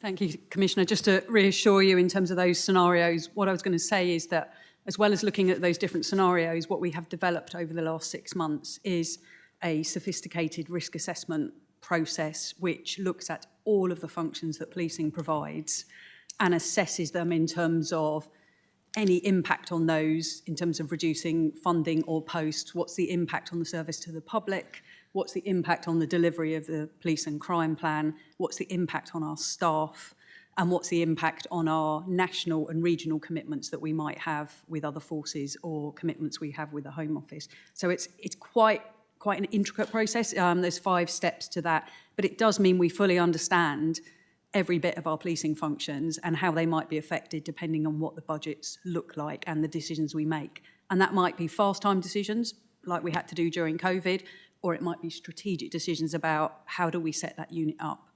And where we've had to reduce staff, we're able to model what's the impact that's going to have on that function. Do we now need to mitigate that, or is there a way of mitigating it? or is the service delivered in a different way, or is the service delivered at a different level? So that process is now in place and is ongoing. And for reassurance, we did look at 0 and 7. But what that did was it took us below what we consider to be a minimum level for a delivery of a service for the people of Dorset, for keeping them safe. And there was no possibility of us going in that direction.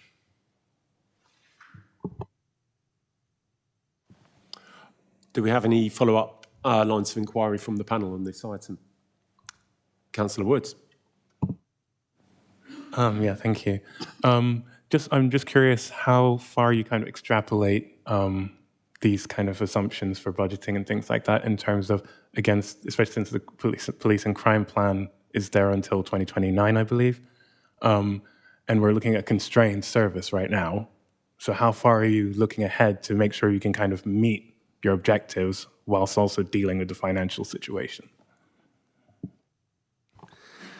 Well, we have a medium-term financial plan across 3 years. So through that horizon, if you like, we can look at it. The problem that we've got, and I alluded it to earlier, is that we've got yearly wage increases. We've got, effectively a year settlement. So, we almost have to look at it on a year basis, which means we start again in September to look at next year and see where we are. We've got our assumptions for 3 years. We've got some assumptions which we're using for beyond that. If we're looking at what do we need capital for example, we'll be looking at that. How are we going to change the fleet in order to make it sustainable? That's going to be longer than probably 3 years, and some of the other issues are. So within the timeframes that we've got, those different horizons, we do the work in order to basically look at it. I mean, that's all I can say. So the police and crime plan, I am confident of for this year. I'm confident within what we've got for the medium term, but we'll keep reviewing it.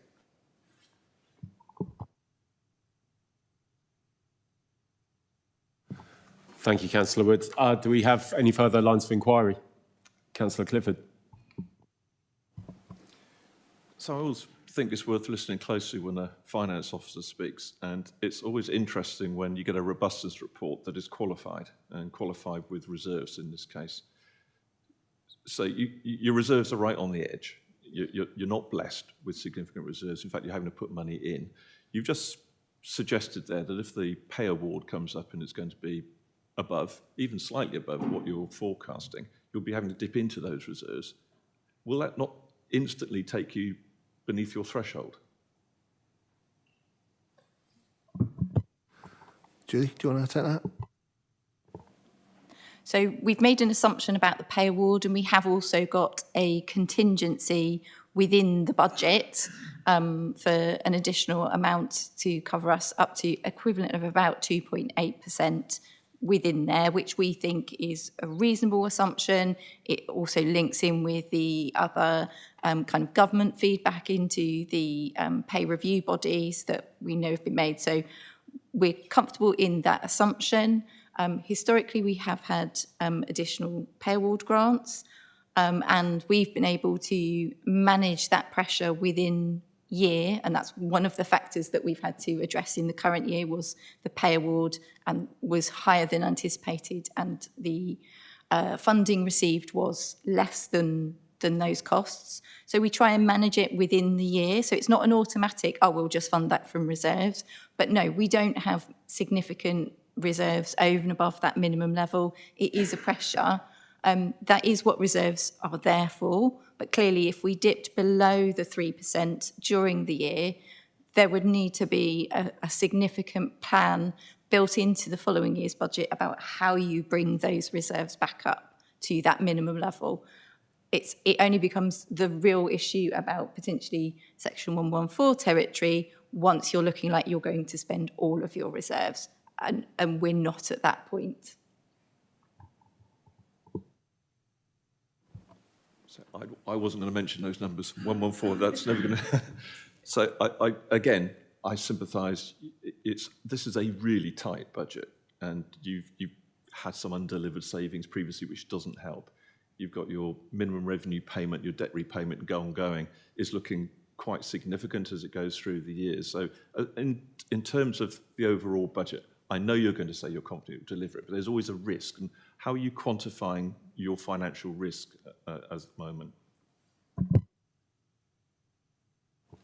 So in terms of the in-year pressures, I would say the budget that's been put forward actually really significantly addresses some of those underlying risks. So things like our vacancy factor has been reduced. That's been reduced back down to 5%. That was causing a few pressures.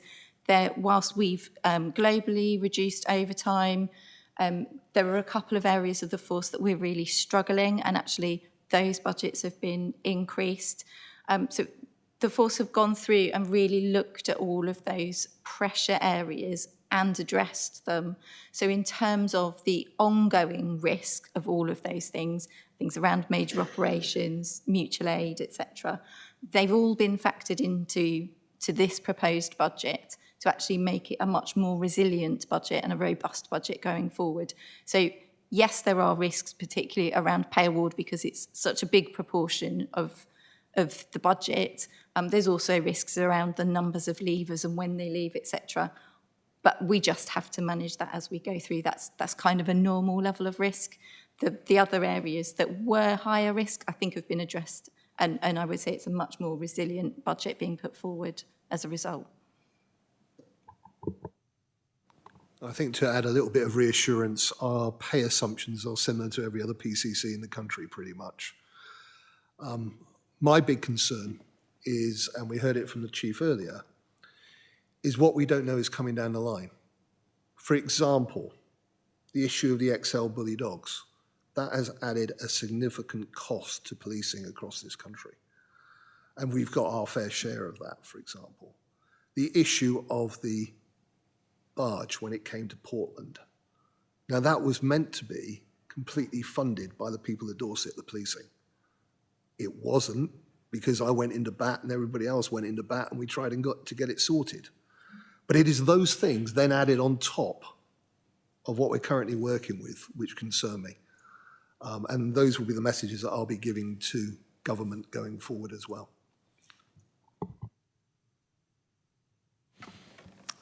Thank you for the questions and thank you for the response.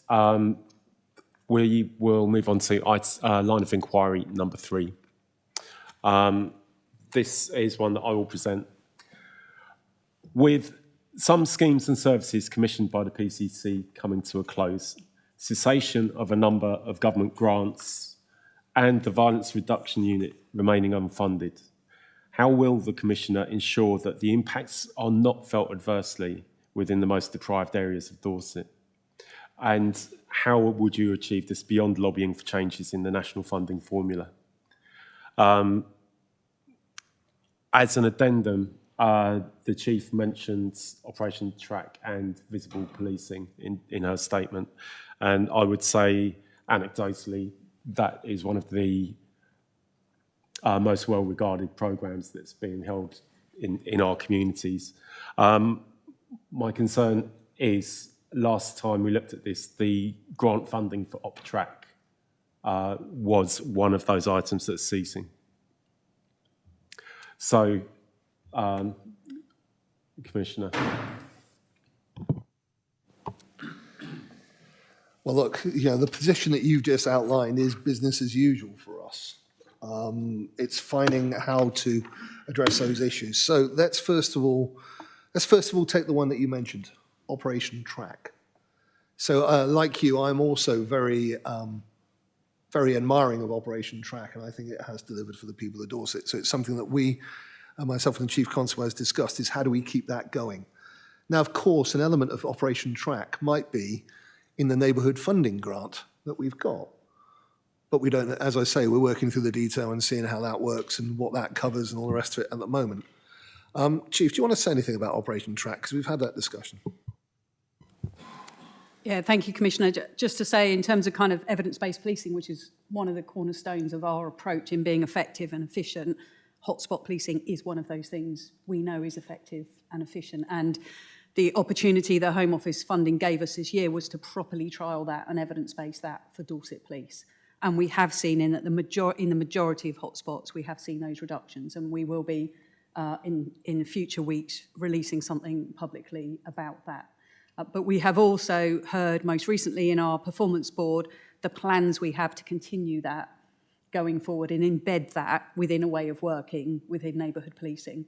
One of the things the funding allowed us to do was to really invest in our analysis around where those patrols were taking place and what impact they were having. And we've been able to develop our technology, so we now have that going forward, which means we can be much more sure about where our officers and PCSOs are doing their patrolling, how effective it is and what impact they're having. And the Police and Crime Commissioner can hold us to account on that. So we'll be looking to continue that approach going forward.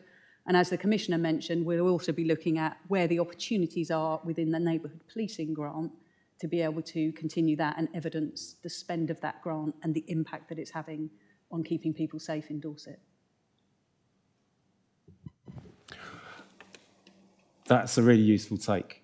So OpTrack could be looked at as a funded trial of that type of hotspot policing, and with the additional 200 million neighbourhood policing grant and our share of it, we would potentially not be looking at service degradation in that area, is my running summary.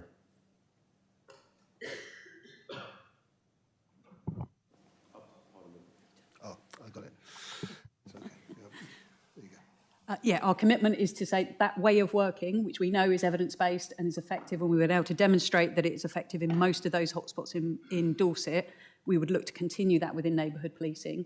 The extent to which we can cover all of those hotspots will be in slight determined by how we are able to use that grant and where we'll be able to spend it, but that would be our aspiration.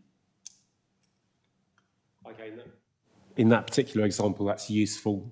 And I will take a note to make inquiries further down the line as to when we know better how that neighbourhood policing grant can be spent. Are there any further comments on how the Commissioner will ensure that impacts from grant-funded programme stopping will not affect the most deprived areas of Dorset? Yes, thank you. I wanted to bring that one in because you'd raised it specifically, which is why I went straight there. Look, as I think I'm very clear, look, this is business as usual. Grants come in, grants go out, and it's how that we address it afterwards, which is important. We know the situation. We know the funding formula is out of date. We know that, unfortunately, the way it works is that other funds, other grants, are given on the same basis or given to the same people at the top of that list. I'll give you some examples. Violence Reduction Unit, GRIP, which is about serious violence funding, ADA, which is about drugs and substance misuse funding. Over the last few years, there have been extra funds in all those categories which we haven't been able to get. They go to forces which are more crime-ridden. So the fact that we're one of the safest places actually works against us. But if I look across some of that, the safer schools, I understand that we've looked at mitigation around that, and that's continuing. So that one, for example, I am pretty confident about. I'm also confident that we possibly need to change how some of that is delivered. I'll give you an example.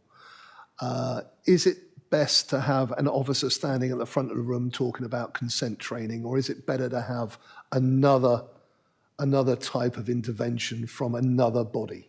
And I know that's some of the things which are being looked at. Drugs is a classic example.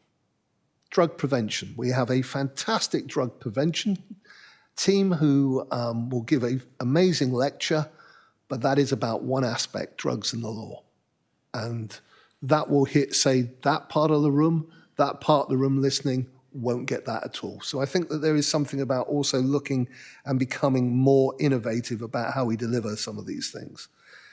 The serious violence duty, well, we don't know how that's going to proceed. And linked to it is the Violence Reduction Unit. Well, I am very clear that in the absence of any funding, what we've done is we have a violence prevention and reduction manager and an analyst who is drawing together threads and trying to get things done. Some wins have already occurred. For example, we now have a data analyst board, which looks at bringing together data from, example, the NHS, local authorities and the police together on violence. Some of that has been patchy. I've actually asked at the Integrated Care Board about the situation with reporting on violence and stabbings so that we've got a joined up approach. The idea that we would bring a navigator to sit in an A&E department as a youth worker to talk with young people who may come in who won't want to actually talk to the police. So some of that also is what's beginning to occur. So we're gradually beginning to put things in place we didn't have before in the absence of the funding coming from the top. We still don't know about that, and we'll still lobby about that. The Bobby van I've talked about, my team are looking at what is currently available. We know that Paragon pick up a significant proportion of the domestic abuse situation there. So what else can we do? How are we going to mitigate other aspects which the Bobby van did? Because the Bobby van did not do domestic abuse originally. So each one of these, we're looking at mitigations in order to address it. The ADDA, which I spoke about, I asked the Combating Drugs Partnership business manager, who I co-fund with 5 other partners. I asked her to look at how we were compared to ADDA with the Combating Drugs Partnership. And actually, we're doing everything which ADDA would do. So we are picking up, in a number of ways, the slack. But here's the thing. We'd be able to go a lot faster and a lot quicker and maybe a lot better if we had the funding everybody else had. And that's my point. It's not about service degradation. It's about being able to get it done the way we want to do for the people of Dorset. Okay, thank you for that update. If there are no further questions on that line of inquiry, we will move to the next. We are becoming very, very constrained on time at this point. We will move to line of inquiry number 4, presented by Councillor Trent.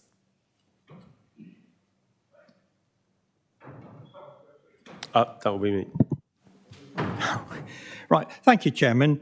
Given the complex interplay between the National Officer Uplift Scheme and the mutually agreed resignation scheme, MARS, which affects civilian staff, how will the PCC avoid perverse decisions being taken regarding staffing whilst ensuring value for money? Well, listen, thank you for the question. I hope that the Chief Constable and I have been pretty transparent about the interplay between Mars and everything else as we've gone forward. You just heard the Chief talk about the Bragg process. That is what is applied to every decision around Mars in order to make certain that we ameliorate it as much as possible. But let's be clear, let's be really clear. The perversity is not in the decisions that we make, because, quite frankly, that will become exposed and I'll hold the Chief account for those perverse decisions. As I say, it is not what we're doing. The perverse decision is the need to have to do this sort of thing in the first place, when actually the situation could be that you have to offer redundancy to an experienced staff officer doing a very good job to replace with an inexperienced police officer who, in some cases, you might actually have to pay more. That is the perversity driven by the national funding formula and the uplift accounting, which I have been very clear about. And there's nothing that we can do about that perversity. I am confident that with the Bragg process and with constant ongoing discussions, we are able to ameliorate as far as we can around this situation. and I'll keep lobbying about those other matters. I understand, for example, even today, Dorset's plight with police funding is actually being raised in Parliament. So I will keep howling about it. Oh, Chief.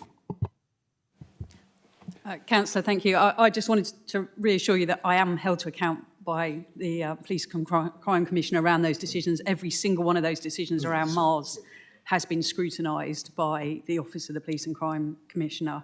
But I also want to say where we have had to make decisions where police staff have exited the organisation and we've had to put police officers in there, our priority has been around where there is value added having a police officer. So, for example, putting police officers into our contact centres means they can bring their experience and their investigative mindset into the contact centre so that when a victim contacts us, there is value in that officer being there. But it would be wrong to me to say that in every instance where we've put police officers to replace police staff, that is the case. We have had to make some decisions where police officers have gone into roles where actually had I had flexibility around my workforce mix, I may well have said, I'm better off retaining that experienced, qualified member of police staff and recruiting a fewer number of police officers this year. But I haven't had the flexibility to put that kind of proposal to the Police and Crime Commissioner.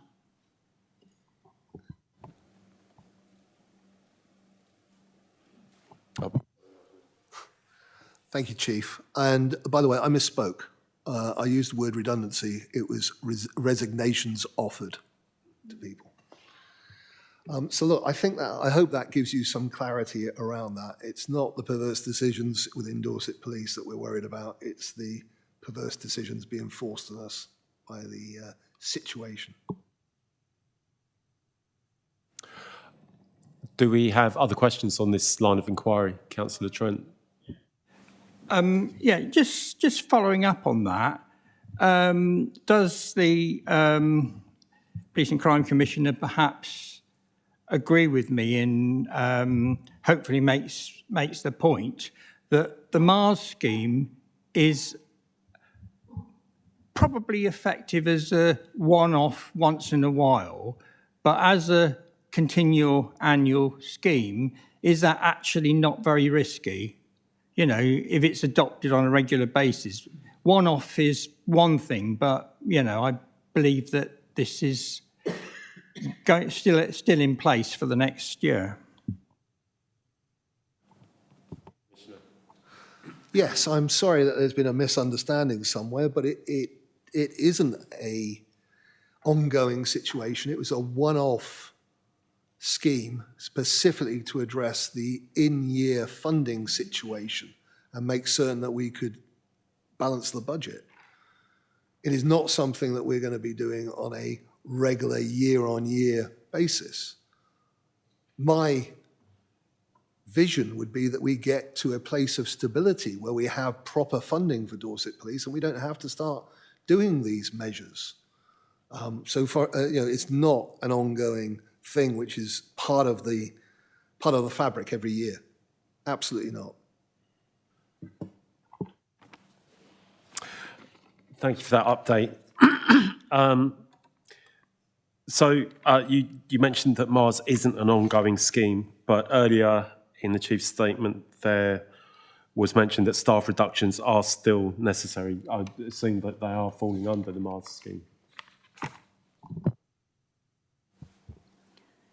Chair, not necessarily. What I am saying is in terms of I'm setting out the modelling around the budget, is that the gap in the budget for next year would still equate to needing to have fewer staff numbers in order to meet that budget. The way in which we're going to achieve that has not yet been worked out, and I wouldn't want to concern my fellow staff members or indeed Unison by making some assumptions about how that might be carried out. But on reflection in relation to Mars, that was a one-off as a need for a rapid in-year headcount reduction in order to balance our budget this year. I very much appreciate the clarity on that. Thank you. And thank you for the question, Councillor Trent. Do we have further questions on this line of inquiry? Councillor Wood. Yeah, thank you. This is more just I guess a question just of perception really of the public, where People already, I guess, think that police have a lot of desk work to do, and that takes them away from doing their proper job, so to speak. How does it now, like, how do you expect to address that perception now that people are actually being moved to do desk jobs because of these resignations? How would you address that?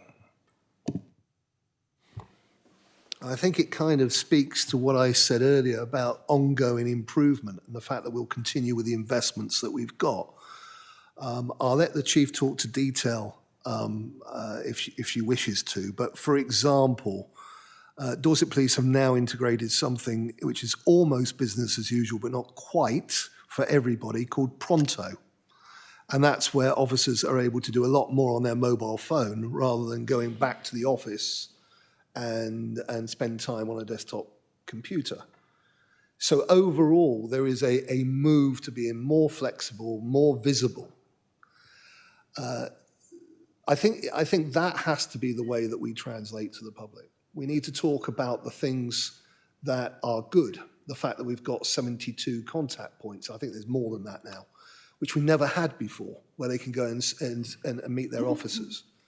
So whilst that perception may be created in a short-term way by the budgetary issues that we're talking about now, long-term, we're still striving to get more visibility for Dorset Police out there, and we're trying to get, with the help of technology, to have more officers away from their desks and able to do things more flexibly. Do you want to add anything to that, Chief? Thank you, Commissioner. Thank you for the question. As we said, we've been open and transparent about there are some roles we have had to move police officers into that police staff were doing. But as the Commissioner said, going forward into this year, one of the things we're looking at most is how do we ensure those officers and staff, because that includes PCSOs, are visible, connected and effective in their areas. So we will be having quite a focus on productivity over the next year, and that will include some of the things the Commissioner mentioned around automation of processes, but also how we manage the resources we do have and making sure that they are in their communities as much as possible in order for that visibility, that connection and being effective. For me as the Chief, that means I also have to support those officers that are on the front line and make sure that they are equipped, trained and supported. And I know it leads slightly into the next line of inquiry, but I have to protect their well-being as well and ensure that they are not overworked and have too high caseloads for those officers that remain on the front line. So, yeah, it's a combination of all of those things, making the best use of the people we've got, and of course, exploring the opportunities we may have with that neighbourhood policing grant to look at where we can ensure that people with the right skills, the right training and the right powers are doing the right roles to make the biggest difference to the people of Dorset.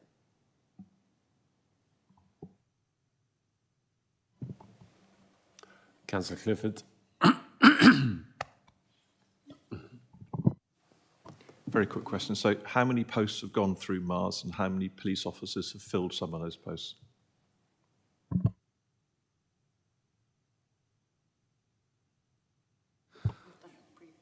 Yeah, 72 have gone in Mars, I think.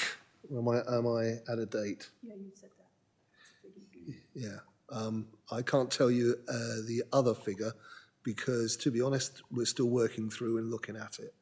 Because some of the mediation may be through technology, some of it may be through police officers moving into those spaces. That's something I'm going to get a report at, I think, Monday, I think.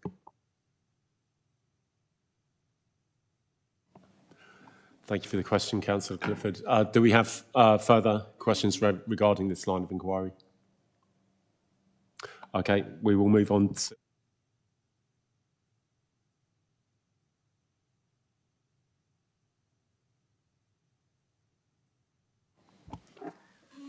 Thank you, Chair.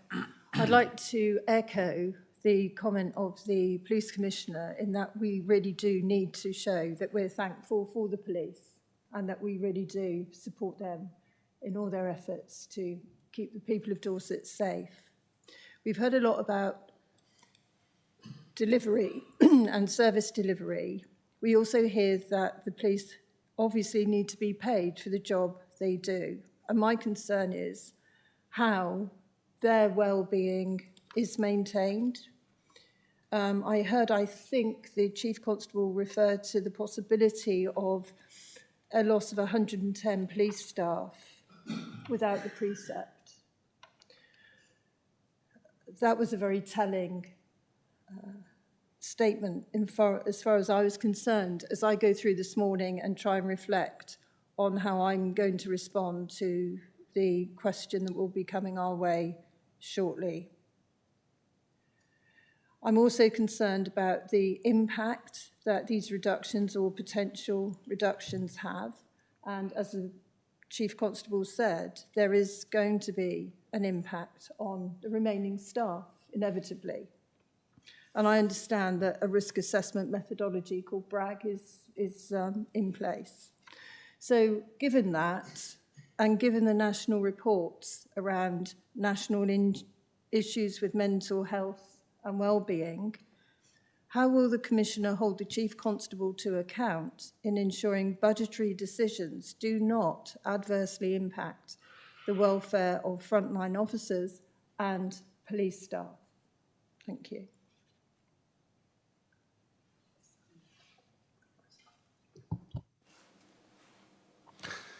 Thank you, and thank you for that question, which recognises the impact that long hours, shift working, and high and demanding workloads can have on police officers, staff, and volunteers. And that leaves aside the traumatic instances that they may have to deal with. It's that point that I wanted to make. I'd also like to highlight the importance of ensuring proper traumatic risk management, or TRIM, as it's called, to ensure that staff who have been exposed to a potentially traumatic incident investigation or other material have the opportunity to decompress and access formal and informal support and help as needed. This is particularly important for staff within, and we hardly ever get to talk about this area here. But the Paedophile Online Investigation Team, POLIT, and the Child Abuse Investigation Team, CATE, and for our emergency call handlers. And the reason I'm making a point about this is we don't talk about this piece enough. There's been a 21% uplift in the Paedophile Online Investigation Team's work and a 20% uplift in the Child Abuse Investigation Team. Although both uplifts will not provide extra visibility to the community by way of uniformed officers, it's an investment that we've had to make to deal with child abuse and online child exploitation and safeguard the children of Dorset. And there's also a welfare of staff aspect. And the reason I've gone down this route is to make this point. I have a lot of discussions with the Federation and Unison about staff welfare, staff aspect. And they're completely unified with my approach around the national funding formula and the rest of it. Because one of the highest issues is high workload because of lack of numbers in order to do the job that needs to be done. And this is exacerbated in somewhere like POLIT and CATE, where they've had an uplift in work. And although we've put in extra people, we still have that issue. So it's about making certain that the resources increase to reduce the number of cases each officer carries to a manageable level. And that's what's being looked at. Staff wellbeing as a whole is a monthly scrutiny by my Chief Executive and Treasurer who attend the Resource Control Board, where strategic workforce overview is a standing item. And also by my Chief who attends the Force Performance Board, where enabling people to deliver excellence is a standing item. As I've said, I also regularly meet with local representatives from Dorset Police Federation and speak with staff on the ground and meet with Unison to triangulate what they can tell me about how the staff are feeling and the well-being. It's something the Chief and I have discussed and we keep as a standing item for discussion as the other part of this coin, if you like, which is what is the morale of the force like. Chief, do you want to add anything to that? Thank you, Commissioner, and thank you for your ongoing interest in the well-being of our staff. And I would say at this point, that's not just about those police officers and the impact they have. but actually are dedicated and committed police staff, many of whom have been with us for a long time in Dorset Police, and they provide vital services to ensure policing across Dorset. And through this period have got that added uncertainty about what's happening to their roles and positions as they go forward. So I just want to acknowledge the good work that they do, but you're quite right, the loss of those staff will have an impact on remaining staff and on frontline officers. For example, if we have to reduce the numbers of police staff in criminal justice unit, that means there are fewer people to put case files together and they take longer. It means we have fewer police staff investigators within those child abuse investigation teams. And of course, we can put police officers in there and they would add value, but that then reduces the number on the front line. So there's a couple of things we do. One is around the people, and the Commissioner's talked about some of the services and wellbeing services that we offer, very much focused in the trying to be preventative and proactive around our staff, recognising the trauma and the exposure that they've had and what we might be able to do to mitigate that and also build their resilience. In terms of our processes, what we have looked to do over the last year is move more and more of our decision-making around investigation and resolving things at a much earlier point of contact with victims and witnesses, so that, one, the victim and witness isn't passed from person to person, team to team, and that it's resolved at the first point of contact, but also it doesn't then drop into some of those remaining staff's workload, so that we're able to manage the workload. The other thing that we do on a regular basis is that we have we brought in the modelling through process evolution, so we're able to model our demand and check that the numbers of staff we have in our units are sufficient to meet the demands coming in. The last thing I would say is, and I'm sure and hope you haven't heard this from me today, but one of the things I will not do is overpromise in terms of service delivery, and I don't overpromise to the Police and Crime Commissioner, because that would only result in more and more demand and pressure being placed on the people who serve Dorset. What I do is be realistic about it, but also ensure that we have the measures in place to check that we are doing the most we can do with the people and the funding we have. Can I just get some clarification around BRAG and the extent to which that methodology in terms of risk assessment picks up any potential difficulty and impact on police officers and staff? Yeah, unfortunately, I don't think we have time in the panel today to go through the five-step process and how it works, but what I can reassure you is that staff wellbeing is a key part of undertaking that risk assessment and looking at the impact that it will have on the function, the department and the people. Thank you. Thank you, Chief. Thank you, Commissioner, and thank you for the question. Do we have any follow-up lines of inquiry? Okay, then we will move on to our last line of inquiry regarding the precept, which will be presented by Councillor Starr. Thank you, Chair. Regarding the impacts on resources, difficulty with funding formula and protecting police numbers, are there concerns about the current strategy and its deliverability of priorities? The panel seeks reassurance that there is adequate budget resources to meet the priorities set out in the Police and Crime panel. So in other words, will you still be on target for that Police and Crime, that plan? I said panel, didn't I? But yes, so will we still be on track, please? I believe totally that we will be. There's a number of things here. Is the plan right? Yes, it is right. It is absolutely confirmed with the people of Dorset every year. It's what the people want. Is it deliverable? We know it's deliverable. We know we're on a track. We've been delivering. You heard the numbers from the Chief. 32% reduction in ASB since before COVID. Reduction in violence crime, reduction in crime overall. We've heard about the rural crime team. I'm not going to reiterate the rest of it. So we know the plan's right.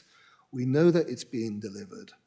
We know that we have a strong piece around governance from the point of view looking at how the money's spent, and that is being moved and things are being flexed in order to continue to deliver the plan. You've heard about the BRAG process in order to make certain that's happened. So I am confident that we will continue to deliver the police and crime plan, and that is what the Chief Constable has said to me regarding our ability to deliver it. So I'm in a good and happy place that I'm not worried the plan will not be delivered. What I am concerned about is how easy it is for us to deliver it. You know, we could do it in optimum ways, or we can do it in ways which we're having to look at in order to basically make it so because of the funding. I think that's probably the best way of putting it. Classic example, Bobby found we're having to find another way to do it. But I'm clear the plan's right. It fits with the people. The force vision fits with the plan. The Chief has given me reassurance that if we have this precept, we won't be able to, we won't have to lose those 110 staff, number one, but more importantly, we'll be able to continue delivering the plan for the people of Dorset. And that's where I am with it. The other thing I'll say to the panel is I will keep on fighting about those things which are not within our control. I will continue to talk about the terrible situation with the national funding formula, where some forces are able to invest, and we always have to look at how we cut our cloth. And that's what I commend. The plan is working. Please give me the £14 so as I can give that to the Chief Constable so she can continue to keep us safe.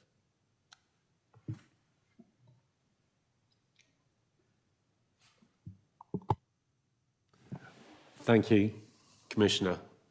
Do we have further questions around the Commissioner's response on that item?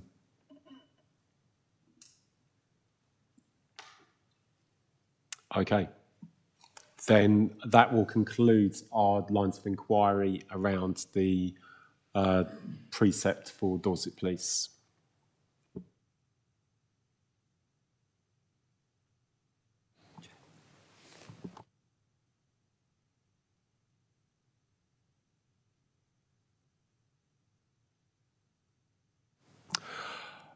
If any panel members present have questions or lines of inquiry that haven't been covered by what we've discussed to this point, I'll open up a short period now for you to pose those questions.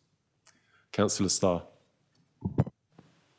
You probably touched on it already, but I heard from a serving police officer, or not directly to me, but via another councillor, that when these new police officers that you brought on, and the funding of which was the justification of releasing, as you said, experienced civilian staff, I was told, I don't know if it's true, and perhaps you'll be able to clarify it, that the rigor of the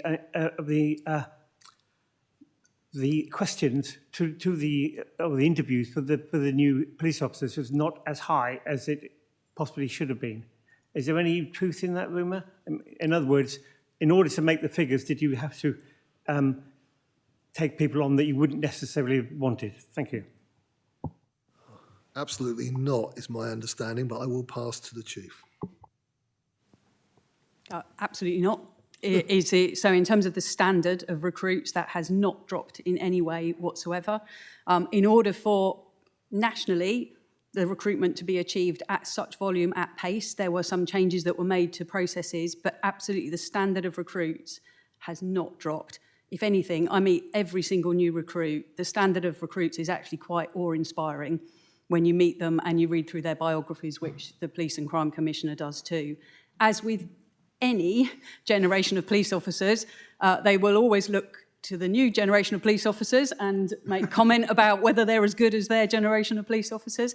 My responsibility is to ensure that all of those new recruits that we've had over the last few years are able to thrive and develop in Dorset Police, and ensure that we put the infrastructure, the supervision and the experience around them so that they can become fully effective police officers and play their role in keeping Dorset safe. And can you just confirm that those police officers, obviously some people that come on won't like the job once they're actually in the field. So you always have some that don't go on. Can you confirm that these officers are no higher in that figure than normal? So it's normal. I can confirm that. In fact, our retention rates are better than they were under our previous schemes of recruitment. And in fact, Dorset Police's retention rates of our officers is one of the best in the country. And we've put quite a lot of work into ensuring that that investment into those student officers is realised. But as you say, there will be some that during their training think, actually, policing is not what I thought it was and it's not for me. I think that's quite natural, and we should expect to see some level of turnover. And there may be a very small minority who don't quite meet the standard, because they are continually assessed throughout their training. So it's not just that first recruitment process. Throughout their training, they are continually assessed. And if they don't meet the standard that we and the people of Dorset expect, then they won't continue their career with Dorset Police.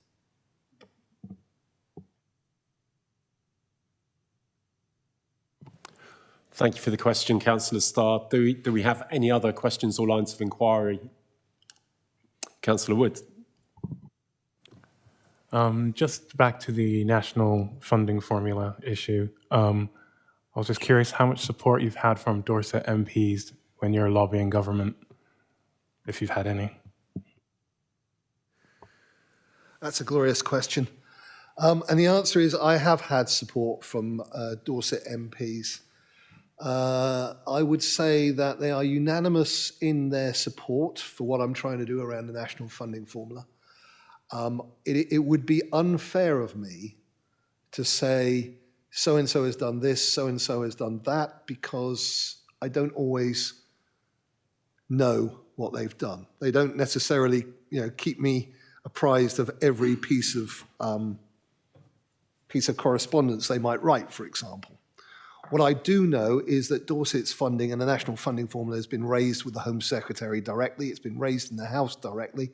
And as I alluded to earlier, I understand there's an early day motion on particularly rural resourcing and police forces, which is occurring this afternoon, which has been brought by one of the Dorset MPs. I would love to have a collective endeavour where they all signed a letter together. I think possibly I'm an optimist regarding that, but individually, as I say, they understand the situation. Together we've met with them, but also we have met with them. I've met with them on a number of occasions. They've had every lobbying correspondence I've done. I think we had a win, the first win ever with the national insurance situation, where that was not given out according to the national funding formula. I think government understand it, but either due to lack of political courage, it's in the or something else, it's in the too difficult box. Because my understanding was the calculations were done, they just haven't consulted on it. I will keep on with this, because quite frankly, it's unfair that people at Dorset should contribute 53%. It's unfair that we have 25 million extra days, the visitors coming to Dorset, and we don't get paid a penny. It's unfair that Dorset Police do 12-hour shifts in the summer in order to address that demand. And I'm going to keep on lobbying in order to address that, not only to be fair to the people of Dorset, but also fair to the officers and staff who work in Dorset Police. But thank you for the question. I think there is support. I think some of it is very good. I'd love it to be more and howling from the rooftops. Thank you.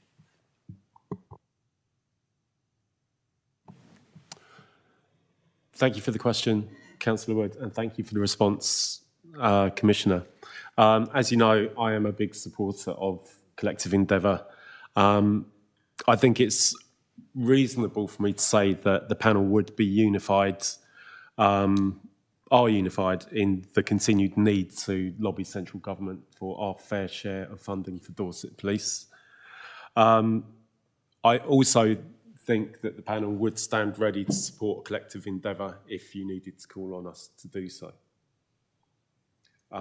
So that is something to consider going forward. Do we have any further questions along this line of inquiry? Councillor Sidaway. It might be interesting to just understand whether the simple question has been put to the MPs to say, can you back something to change that funding formula?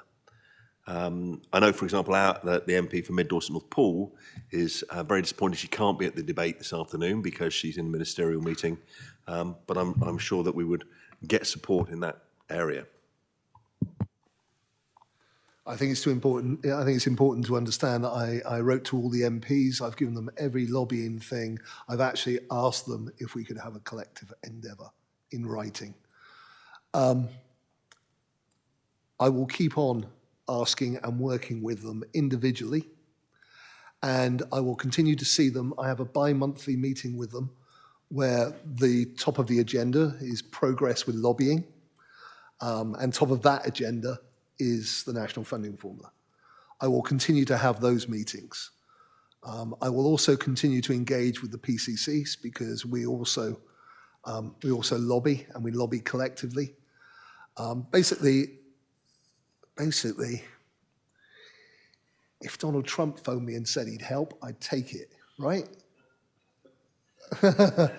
because this is an injustice which needs sorting. And so I thank the panel for their help with the collective endeavour.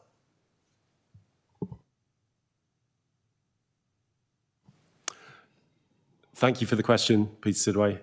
Councillor Sidway. I think we're more likely that Elon would pony up the money than President Trump personally, but that's neither here nor there. That brings us to the end of our lines of inquiry. I would like to thank everybody here present for contributing to a robust debate and discourse. I would like to thank the Chief Constable for her time today and for setting out with great clarity her position. I'd also like to thank the officers of the Police Crime Commissioner for their always excellent job in reporting, and for the PCC for his responses, and for the members for setting such good lines of inquiry to hold the PCC to account. It has been a very interesting line of discourse. I have been particularly interested by a number of different factors. I hope you found it useful and informative for the decision that we're going to make. Which leads me on to, we will now move to the vote on whether to support, not support, or veto the budget as presented today. To summarise, the recommendation within the PCC's report is for the Police and Crime Panel to support the PCC's proposal to increase the precept for the year 25-26 to 96,077,904, equivalent to a Band D charge of £307.58, which is an increase of £14 per annum, or £1.17 per month. I will go around the panel and ask each member whether they support or do not support the recommendation.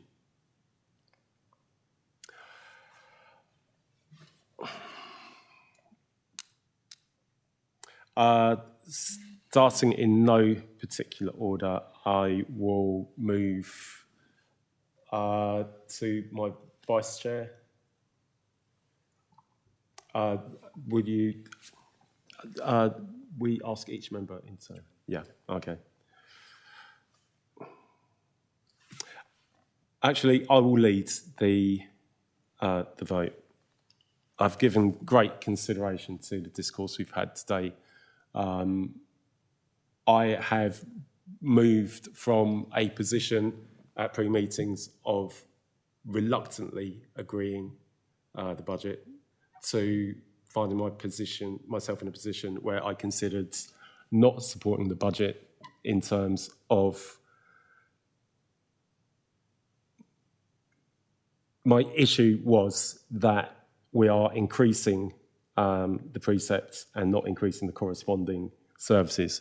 However, I find myself after the discourse today going full circle, and I will be supporting the budget, albeit reluctantly for the reasons previously stated. Vice Chair.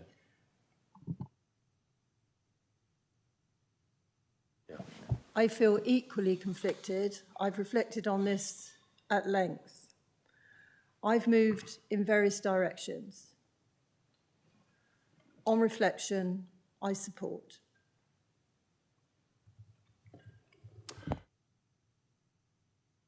In turn,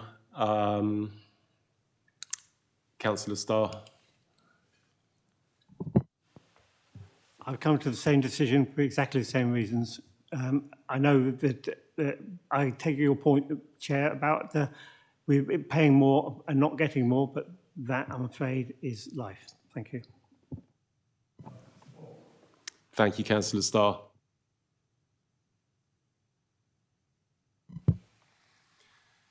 So I'm in the same position as everyone. It's very tricky, and I almost wish we could put together a protest vote so you could go and bang on government's doors to say this is what happens when you create the situation where your panel even doesn't support what's happening. However, we are where we are. I support. Thank you, Councillor Clifford. Councillor Trent. Thank you, Chairman. I'm very aware of the pressures that are applied to every form of local government funding, whether it be the police, local authorities, etc. And I have to support because I don't think we've got any alternative but best of luck in lobbying to try to get the situation changed in the future. But I support. Thank you, Councillor Trent. Councillor Wood. Yeah, I mean, I've had a difficult time myself. I really appreciate the hard work that the Commissioner, his staff, Chief Constable, Dorset Police do. But I'm afraid I'm going to kind of protest vote on this one. There's a lot being asked of the people of Dorset because of the national funding formula problem.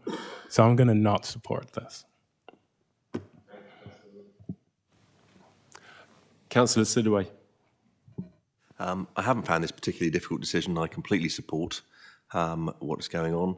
I think we should make a protest to say that we need to lobby more and we need to fix the problem.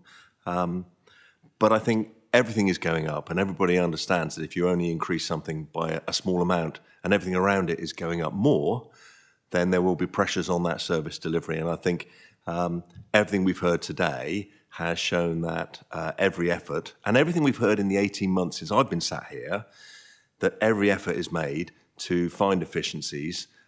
So I have absolutely no problem supporting this. I wouldn't have supported, for the reasons you state, a larger increase than the maximum. But we should do everything we can to lobby, and if we can do anything, we should do that. So I fully support. Thank you, Councillor Sidaway. Councillor Gibson. Thank you. I think for the reasons that have been set out by the Chief and the Commissioner, I will support the increase. I think to protest at something outside of our control when it puts the service levels and therefore the people of Dorset at risk is a very unwise thing to do. So I'm in full support of what's being proposed. Thank you, Councillor Gibson. Mr. Sargent. Very much. I think it's been interesting listening to the debate. I've equally been in a challenging personal place. This also being the first time visiting this. It was interesting hearing about the difficult decisions, the efficiencies, those difficult challenges. I think fundamentally I was in a place of not to support. However, that's not the precept. That is looking at the wider picture of funding. And that's really the place when we talk about the offices versus staff makeup, precept caps, funding formula, all of those issues are where I'm very conflicted. However, in the issue of raising the precept to 14, I support. Thank you, Mr. Sargent. I believe that is all votes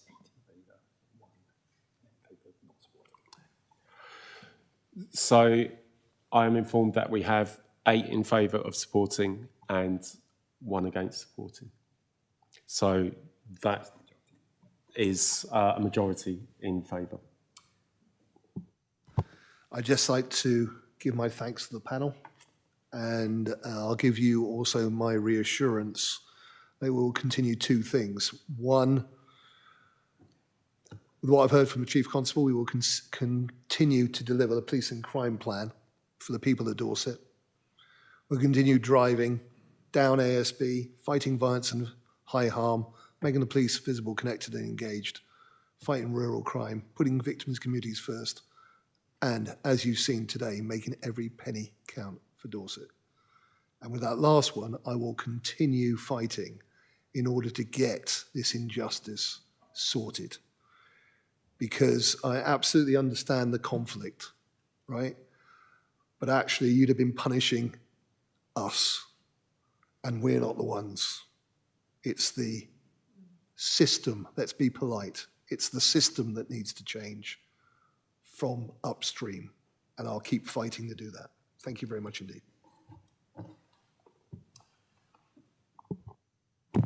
Thank you, Commissioner. Chief, if you would like to say a few words. Yeah, I'd just like to thank the panel for your ongoing support of Dorset Police, and I understand the reasoning around each of your decisions. I just wanted to share with you that being chief of my home patch is the highlight of my career, and I am proud to lead a set of officers, staff and volunteers who come to work every day wanting to make a difference. And I know they will appreciate your support in the work they do to keep Dorset safe for everyone. So thank you. Thank you, Chief.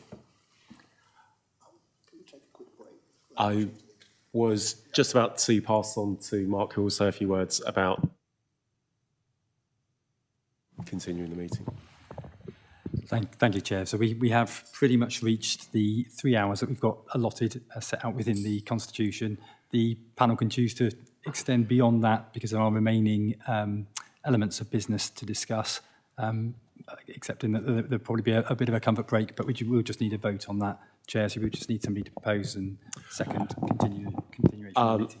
I will propose the continuation. Can I have a seconder? Councillor Starr, and show of hands for continuing. I would say that's well carried. Okay, I'd like to also propose a 10-minute comfort break, and we'll reconvene at 10 past. Thank you.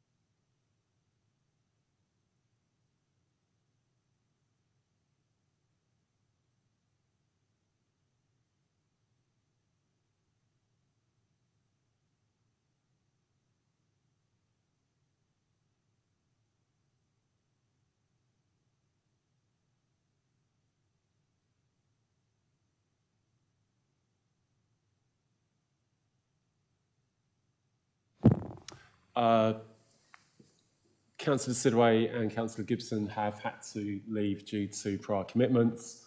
I would say we will reconvene at this point with the members present. We are on to item 7, the quarterly monitoring report. The purpose of which is to receive an update of the progress against the police and crime plan to enable the panel to scrutinise activity and assess the achievement of outcomes. The papers went out last week containing the performance data. I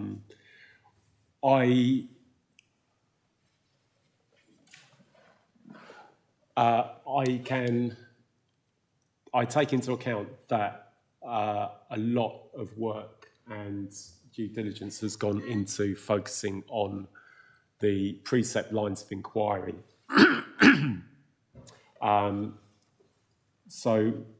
We will just go through the priority leads to see if there are any questions outstanding against the papers. But before we do that, I'll pass to the Commissioner for his report. Are you happy for me to do it priority 1, then take questions, priority 2, then take questions? I think that's a good way to go. Yeah, okay. Okay, well, thank you, Chair. If we were to start off with priority 1, which is to cut crime and antisocial behaviour, good news continuing. Total crime from the 2019 baseline, we're down 4%. Total ASB incidents, we're down 32%. That good work is continuing.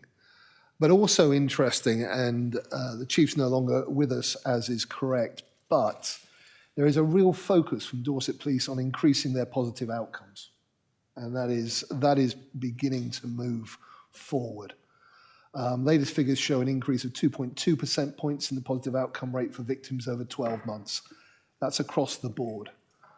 So they've gone up to 13.8% versus 11.6%, with nearly 1,200 victims getting an additional positive outcome. I'm really keen on this measure, and I talk about it quite a bit with the Chief. It does vary between area. It does vary for different reasons, but there's an overall push to keep improving it. And we're about in the middle of the pack if we were to look at police forces. So I've got a constant move to get us further up. I supported ASB Awareness Week and approved funding for Christchurch Harbour Watch. So what we've got to remember with ASB, I mean, it was a very broad brushstroke said in the question at the start of the meeting. ASB actually affects different areas in different ways, and none more so than, for example, around harbours. And the issue of antisocial jet ski riding, for example, is a fundamental concern to all of our harbours, I think. So actually doing something small in order to address that is, I was very pleased to help out. Road safety. Well, you've heard of the 1,300 amazing Community Speedwatch volunteers. We had a week of action during this quarter, and they were deployed all together. If you're familiar with the history of the Second World War, this was kind of the big wing for CSW, in that they all came together on the same day, over 100 locations, to show their visibility. And this is about, I should make this point, this is not about catching motorists, this is about reducing speed. It's a subtle difference, but that's what they're dedicated to, and that's what we're very pleased. They are part of the reason why we have such reducing killed and serious injured figures. We also started scoping a project which would see some of the most vulnerable older residents in Dorset provided with equipment to automatically block fraudulent calls. Fraudsters have two main areas that they target: the young, who have got their first bank accounts, are at university and all the rest of it, and the more elderly and vulnerable. And this is something which we're quite excited about in order to make a difference. I'll be bringing more information about it as we bring it to fruition. The other area, actually, which is interesting, is we've still got an increase in business crime, as you can see, 4.6%. But also in the ONS data that I've seen recently, our increase is less than the national average now for shoplifting. Part of this is we've got much closer join-up between business and the police. And in this quarter, I did something which hadn't been done before. We've got the Dorset Safer Business Partnership, which deals with the bids, deals with chambers, chambers of commerce, etc., but doesn't really have a reach with retail chains. Now, what I've done is brought them together on a regional basis in order to have those discussions about their policies, because what they do and how they see retail theft also affects the other people in the high street. And so we had a 6-monthly meeting. We had some very good actions which came out of it about increasing communication, increasing awareness, and getting more reporting. And I'm going to continue to have those meetings on a 6-monthly basis to keep that ongoing. That, I think, I'll stop. You've told me to be succinct and concise. I will do my best. Very much appreciated, Commissioner. Can I ask the priority leads, which are Councillor Wood and Councillor Trent, do you have any follow-up questions for that segment of the report? Councillor Wood. Thanks for that. Initially, I want to follow up actually on something that Councillor Robinson and her question, was it? Yes, her question put forward, which was the residents having a reluctancy to report things because they don't think they get an appropriate response when they do. And I was just curious how that affects your intelligence gathering, I guess, to understand what kind of crimes are happening in what areas. And are there other methods you use to kind of compensate for that kind of thing? Thank you. Well, look, that's a matter of concern to me, because obviously we don't know what we don't know. So one of the things that I think it's my job to do, although it could affect where we are and how many crimes we're addressing, is I believe that it is mandated that if there is an area where I believe it's underreporting, to try and get that sorted. So the classic example is retail theft. And that's why I put together the Dorset Safer Business Partnership, and I've commissioned UK Partners Against Crime to actually help with the reporting of retail theft. I'm very, very clear. We're getting more and more reports, though. So people are reporting. I think where the danger comes is when, and it's framed that there's no point reporting because nothing will get done. Manifestly, the clearest way, the best way to ensure that nothing gets done is to not report. Now, I'm encouraging reporting. We did the thing about the intelligence button on the website. That obviously has not been embedded, although I sent it to every councillor, every elected official. Obviously, Ms. Robinson didn't know about it. So I'm going to keep on sending and talking and making certain that that is embedded. What I'm also aware of is the pervasive nature of social media. Because what we're dealing with is we're dealing with criminality and the crimes, we're also dealing with the fear of crime. And one of the problems with social media, and I have seen it, is the police may be told about one item, one incident. But on social media, there are 20 conversations about that same incident, and everybody thinks there's 20 incidents. And therefore, everybody feels a bit more unsafe. And therefore, nothing's getting done, because look at all this. And so I think there is two things. One, yes, we have to have better reporting. And you heard that one of the improvements that we're pushing for is better reporting, and we'll keep pushing for it. But there's also something about all of us making the case for, please report, something will get done. rather than allowing people to say nothing gets done and therefore get more fearful. Because it's very, very clear that what we know is in shoplifting, now we're beginning to have a positive outcome rate for prolific offenders of 77%. That's huge. Something is being done, but that's only being done because people are reporting it. And that will go for everything else.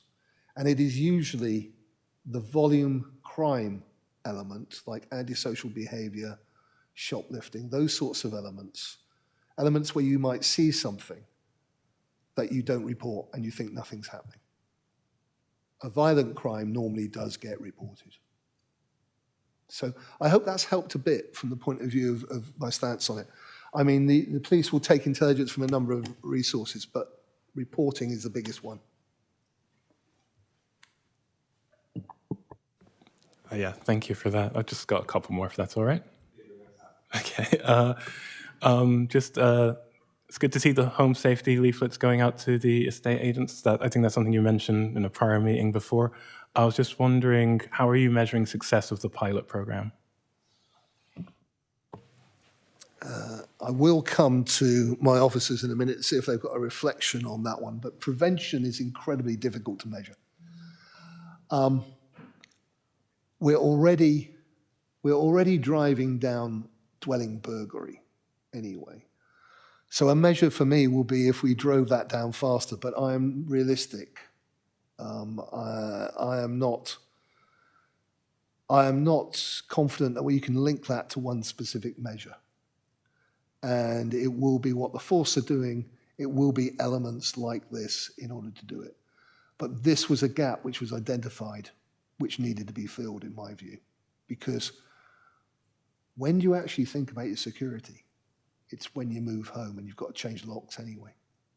And therefore being told that actually pyracantha might be a good idea to grow in your garden because it's pretty spiky. You know, those small things can make a difference. And actually the amount of burglary in this country is driven down since we have had burglary prevention advice going on. So, anything you want to add? As the Commissioner has said, that the opportunity to measure preventative activity that hasn't actually led to a crime taking place is really quite difficult. It's a challenge for all of our services. What we do know, though, is that it's not a one and done, so that it's really important to keep up a campaign of awareness raising. And so the opportunity to actually have another channel through which we're starting to identify those and raise those issues with members of the public. When you're moving into a new property, it's not necessarily the first thing that's on your mind. There's a whole plethora of other things you'd be thinking about. You probably think, oh, I must get around to that at some point. And actually just having a leaflet that's just triggers something in your mind, oh yeah, I must remember to do that then. We're all busy, and it'd be something that we all have in our mind that we just can't get to, and maybe that leaflet will help a small handful of people, and if it does, that's great. That's a win for us, and we'll take that. And just one more. This is the road safety, which is yellow currently, but I was just wondering if you could elaborate on why that's currently still yellow. And then just about the warning letters for speeding. Beyond the warning letters, is there something more that would be a next step on that, or how you plan to deal with that in the future, basically?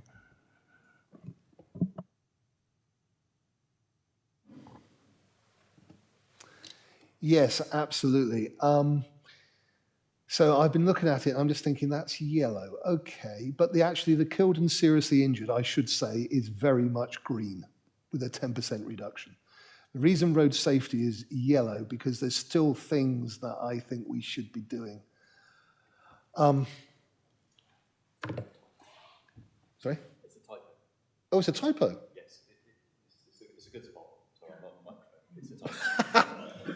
Well, I've still got things I want to do, but apparently I'm told it is actually green and that's a typo, which is fantastic. So I'll take that. Thank you. Does that answer your questions, Councillor Wood? Just on the letters for speeding. Oh yeah, if that's a kind of first step to kind of warn first-time offenders, and then there'll be tougher sanction later on. So how this works is Community Speedwatch give out, they will give the data to Dorset Police. They will send, first of all, a warning letter. If that person reoffends, there will be a second letter, and then a third letter will mean that basically you've got a ticket. That's the way that works. In addition, Community Speedwatch will also flag those motorists who have gone above and beyond with their speeding. And again, Dorset Police will use that as intelligence to basically visit those motorists and warn them about their speeding. So that happens day in, day out, and I think it's part of why we've still got nearly a 10% reduction in our killed and serious injured on these Dorset roads. So I hope that helps. Those letters are part of the picture. Thank you. Any further questions on that priority area? Councillor Trent. Yeah, it's a very general one, and I know it's probably a little bit premature, but you said earlier on that you need to feed back what you, as part of the funding deal, what you will do with the neighbourhood policing uplift. That's how I understood it anyway, that you have to say, with this extra funding, we will do X, Y, and Z. And I'm wondering whether sort of part of that could be the communications and the engagement side of it. As you probably know from previous questions, I'm very keen on, engagement with young people and things like that, and sort of to get rid of the faceless, those horrible policemen who are out to get us sort of attitude. But also, and going back to the point about people saying it's not worth reporting it because nothing gets done, I frequently say, well, I'm pretty certain something's being done, but they can't report back to you every step of the way. But I do wonder whether there's room for, I don't know, a letter of comfort or some kind of stage in the process where people know that it hasn't been forgotten and it's being looked at. And I'm sort of wondering whether that is something that the neighbourhood policing side of it could be used for effectively. And because not only are they being seen, but they're being seen to be saying, yes, we haven't forgot your problem. Thank you very much for the question. The first part of it, yes, you're right. We're waiting to understand the neighbourhood funding and what that looks like. And there's two elements to that. They may dictate what it's got to be spent on. There may be constraints within it which we're not aware of at this moment in time. Now,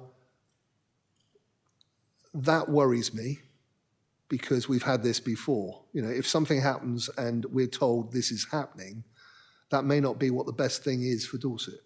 Right? It may not, it may not be what the chief and I would consider to be the best thing to do. And if we're going to have centralisation from from Parliament from the Home Office in order to do this, I think that's a really, really worrying trend. But we don't know what that looks like. So once we know what that looks like, then we'll be able to fit that. And yes, absolutely. One of the key elements for me is the more there is engagement, visibility, and connectedness, the more the trust and confidence in the police will go up. But also the more the intelligence will be gathered. Let's be honest. So yes, that's good. And the other question was really about, this is about communication. It was alluded to in the first question of the day. And I think I said then, I would love to be in a situation that Dorset Police could update everybody about everything every second, right? But it's just not within our financial envelope. And therefore the priorities have to be about taking the call, dispatching somebody quickly in order to address that problem, or getting to somebody in order to address their problem. Those have to be the priorities. Ideally, when you have an ongoing case, which is the majority of the contact we get about wanting to know what's going on, I would love to get a situation where we are like you are with Amazon, where you can find out where your package is. But that costs money, that costs significant investment. And that's on the agenda, but it's just not here yet. Now, park that, because that's where we want to get to. In the meantime, I'm pushing the Chief and Dorset Police about what they can do better about engagement across the whole piece. And we now have a neighbourhood engagement board, which is new, looking at exactly these types of issues. And so we'll just keep pushing, Tony. That's all I can say. I'm well aware of the contact situation and where it falls down. And as ever, as I said to the councillor who asked the question, please, if you're not getting good contact from your inspector and you're not understanding what's going on locally, get in touch with me and I will talk again robustly about engagement and connectivity. Thank you. Thank you for the question, Councillor Trent. Do we have any further discussions on that area? In which case, we'll move on to the next priority area. Making policing more visible and connected. I'll go to the PCC for an update.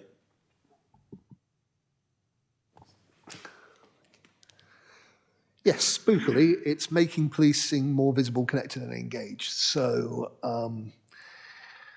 look, we know, I'm not going to revisit what we've said earlier today. What I'm clear about is that we are beginning to get improvements. The percentage of 999 calls in this quarter, we were up to 92% answered in 10 seconds, which is really good progress.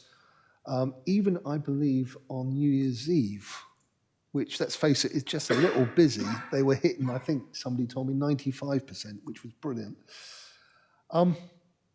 Areas still to work on, the average 101 answer time. What we do know, though, is that the vast majority are answered very quickly, within 77 seconds. So that's the triage. And 73% of them are answered. So it is the 27% which is driving down the average time. And so it is the complexity of those which I know that there has been a significant piece of work done in the control centre to see what more can be done. I'm looking forward to seeing how that progresses.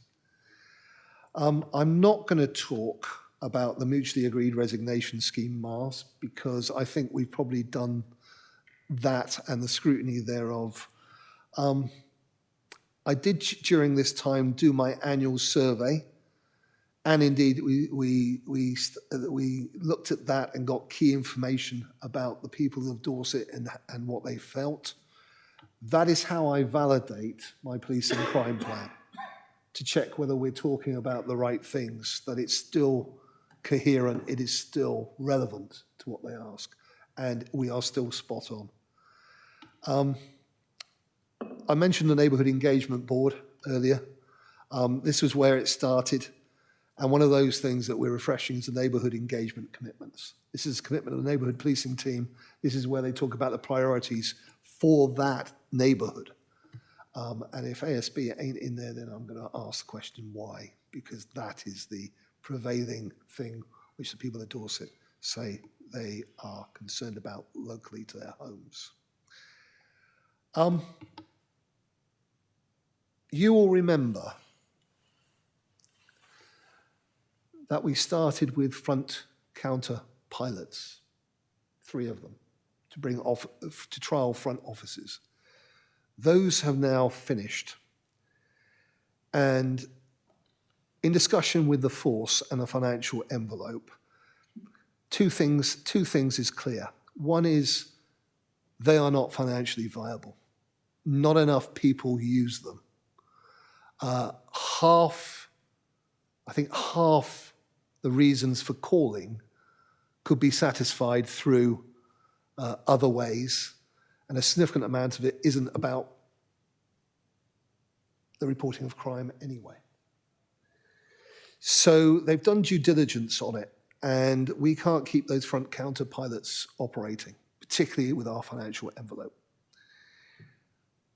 What I've been very clear with the force about is we have made a significant difference across Dorset with community contact points. We trialled those, we trialled a front office in Verwood, for example. Nobody went. We trialled the community contact point, and they get 20 people rocking up on a Saturday outside Morrison's. So the community contact points, I'm clear, are the way forward. But you'll have heard that one of the improvements to the service that we're bringing in is a mobile police office. And that will go to places which are hard to reach, difficult to do community contact points with, have specific issues. So I am disappointed that I wasn't able to wave a magic wand and open loads of more front offices. But I am enthused and heartened by the way the force has gripped community contact points. The usual number I use is 72, but I think they are now significantly above that.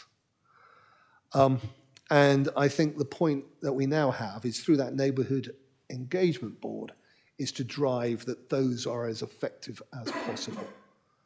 And therefore, I'll make the call. Any councillor who feels their community contact point isn't in the right place or doing the right thing, then let me know. Or better still, let your neighbourhood police inspector know first, and then let me know if you don't get any joy. And I think I'm going to stop there. Do better next time, Chief. Thank you. It's appreciated. So our priority leads aren't present for this area. Are there any other direct questions relating to this priority area? Okay. I have a quick question around the neighbourhood engagement commitments. Are these available online for each neighbourhood policing area?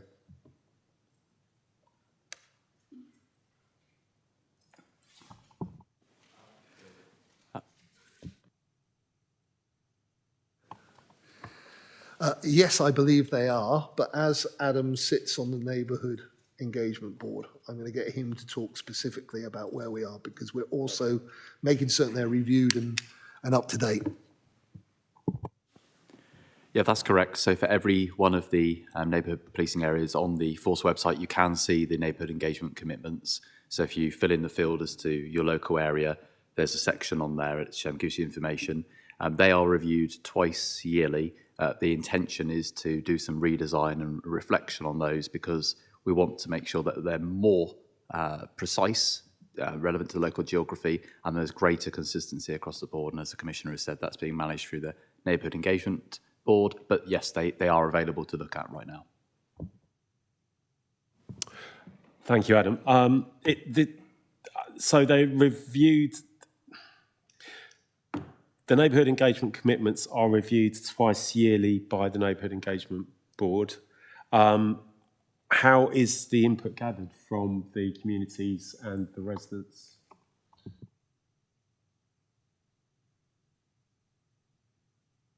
So it's in the process of changing. So to be clear, the Neighbourhood Engagement Board has only just been established. So previously, they would do that feedback via what are key community contacts, so a database of key community individuals for each MBT, and get and source feedback via that route. I think one of the things that the new board has established is that those key community contacts, there's not as many of them as we'd like, they're not as updated as we'd like, and we also feel that there are broader ways of getting that feedback to make sure that it's fit for purpose, and that'd be that's one of the task and finish groups that's come out of the board to tighten up that process. Thank you. So that's work that's ongoing, and maybe we can inquire at a future panel on the progress. Brilliant. Good. Thank you.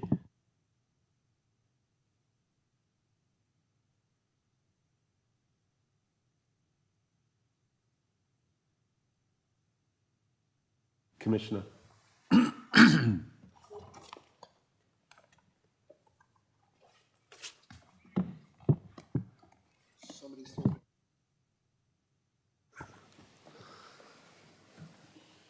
Thank you. Well, I'm pleased to say that most serious violence is still down. I'm very clear that this is the stuff that keeps me awake at night. So what has actually happened? So what we've done is we've evaluated bids for the standard risk domestic abuse service. The contract was subsequently awarded to Victim Support for a term of 5 years. And I think that is a huge benefit. They have consistency of tenure. We are rigorous in how we monitor their performance every year. I'm very clear that that's a good thing going forward for those victims of domestic abuse. And I'm also going to make a little point here, but not for long, in that there are many victims of domestic abuse. We hear about male to female domestic abuse. There is also male victims of domestic abuse, and I was glad to blog and support Male Victims of Domestic Abuse Day. There is also domestic abuse which occurs between young people and young people, and there is also domestic abuse which occurs between young people and their parents. And all of those forms of abuse need to be looked at, exposed, and dealt with. So that's a good thing about the service. It's a good thing about awareness of another type of domestic abuse, and I'm going to continue to make people aware of those other ways.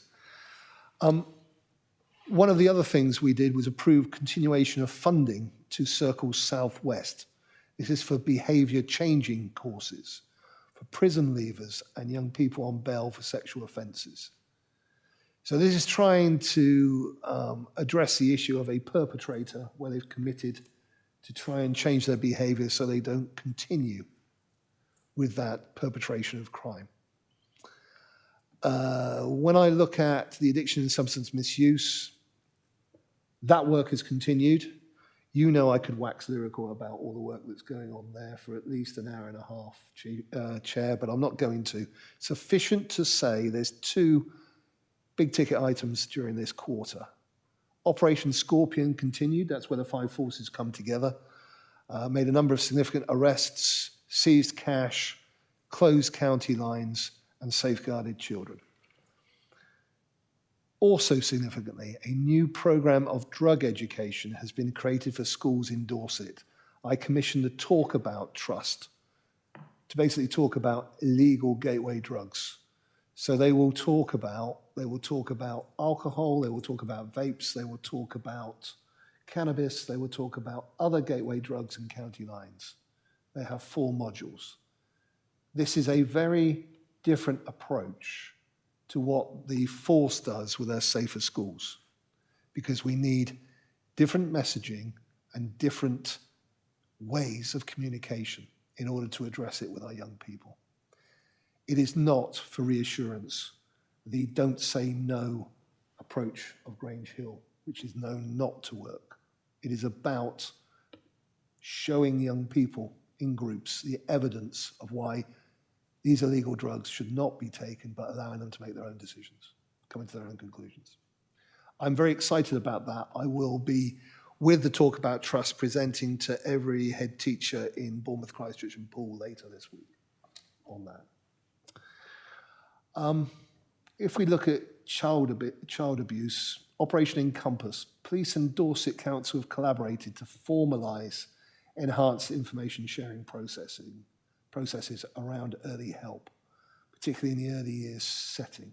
For those who don't know, Operation Encompass is where the school is informed when a child has been a witness of domestic abuse, and it happens the next day, or should happen the next day. It was originally started in secondary schools. It's now rolling forward into primary schools. Ideally, it should go even younger, but there are practical difficulties with that, which I am aware of. So I'm pleased that there's closer join-up in order to address that To reduce knife crime, there was an initiative using the fake knife crime education input. This is the Forces lecture, which is very, very impactful. I have been there, seen it, spoken to the young people afterwards about their feelings about it, and they feel that it hits the button. They did this to 3,156 children, and I was very pleased with that. Also, the Changes Are Made charity, which is run by Tracy Jose, who you may recall is the grandmother of Cameron Hamilton, who was unfortunately tragically murdered in Bournemouth. She is making a real inroad by changing a tragedy into triumph, by having the Changes Are Made charity. And she is incredibly impactful when she speaks. And we did this to all of the magistrates at their annual general meeting. The issue we have with knife crime is that our numbers are low, but the numbers of teenagers are carrying, and that is concerning, and that is increasing, and that is concerning. So that's what we've got to try and get. And the last one, which is under the violence against women and girls category, is we approved a pilot, the Force did, of an app to be used on high-risk stalking perpetrators' phones. So they will then monitor internet activity and report back to policing. I don't know if you know, we did talk quite a bit about stalking earlier, but one of the things which has changed over the last 20, 30 years about stalking is it's no longer you're worried when you go outside the front gate, it's you're worried when you turn on your phone or your computer. And that aspect of it is very, very at the front of the Forces mind. So I'm really pleased that they did that. And obviously I supported the White Ribbon Day. And I think I'm going to stop there. Thank you. Thank you for the update on this absolutely critical area of the plan. Do we have lines of inquiry from the panel? Our priority leads aren't present today. Oh, yes, they are. They're sitting next to me. I would like to pass on to my Vice Chair. Thank you for the ongoing work, Commissioner, and it's encouraging to see the activity and the responses to dealing with domestic violence. And I understand that there's a conference on the horizon, hopefully, where we can get some more understanding and work done on this area. So I look forward to that. Thank you. I just have a question around the new Talk About Trust scheme. So this is a drug education programme for schools. Is it pitched at primary or secondary? So that is one of the areas. I said I could talk about this for some time. So thank you for giving me the opportunity, Chair. Yeah, the Talk About Trust, what they're doing is that's aimed at 11 to 16-year-olds. What I've actually done is, through the Combating Drugs Partnership, I've collated the what's going on in Dorset that I'm aware of. So, for example, we've got the Talk About Trust, we've got the Safer Schools team, we've got about 4 other interventions that I'm aware of that go into schools. And each of them have elements where they go to a slightly different audience. For example, Escape Line will do primary schools, secondary schools, and parents. Each of them will have slightly different messaging, all directed in the right direction, though, and all fundamentally saying that the issue of taking drugs is not a good thing, and how to avoid county lines. I think we're unusual in Dorset with that, because I presented it to the other PCCs in the Southwest, and we're now having an audit of what's going on in the Southwest. Because what we can then see is there's no point me commissioning to Talk About Trust and them commissioning exactly the same thing up there. They may as well get the Talk About Trust to go there, and those sorts of things. So it's finding out where the gap analysis is. My fundamental concern has always been that we do not do enough. And I tell government this when I talk to them. We do not do enough for primary school children.